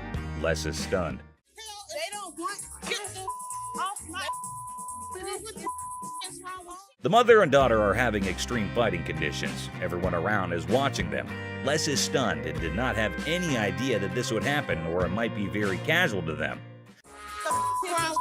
Get the up now. Okay, the guard has been called. The mother is still beating her daughter well and doesn't want to argue anymore.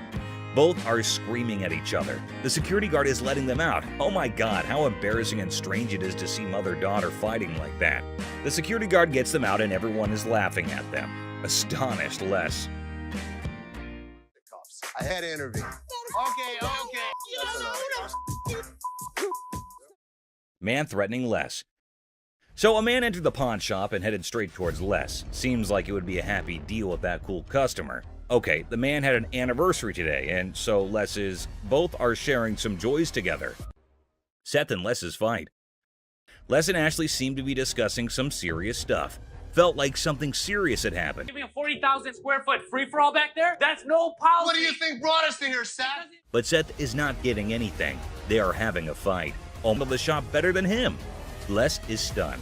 Everyone around is listening and is terrified of what will happen now.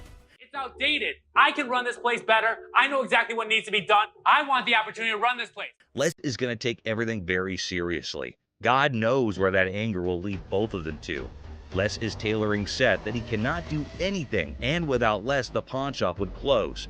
No one can run the shop better than Les. But things are not getting cool. Seth yelled after Les and got out of the cabin. Ashley, listening to all this, is making fun.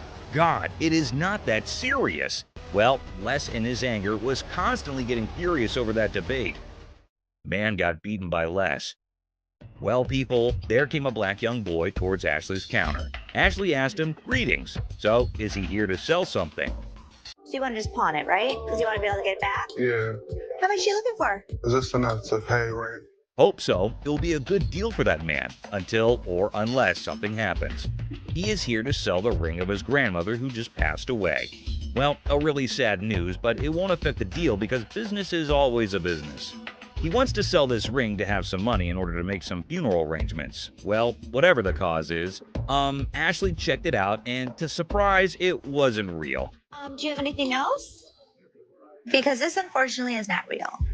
It is a fake gold, so it can't make money. This statement made the man angry. He started shouting how strange and creepy it is. He should not react this way. If the ring is not real gold, it is not someone's issue. He should take it out with himself. He started yelling at Ashley, and Ashley is just controlling herself. I need to speak with somebody else because you irritate me flat out. She does not want to create some mess, but he's not stopping.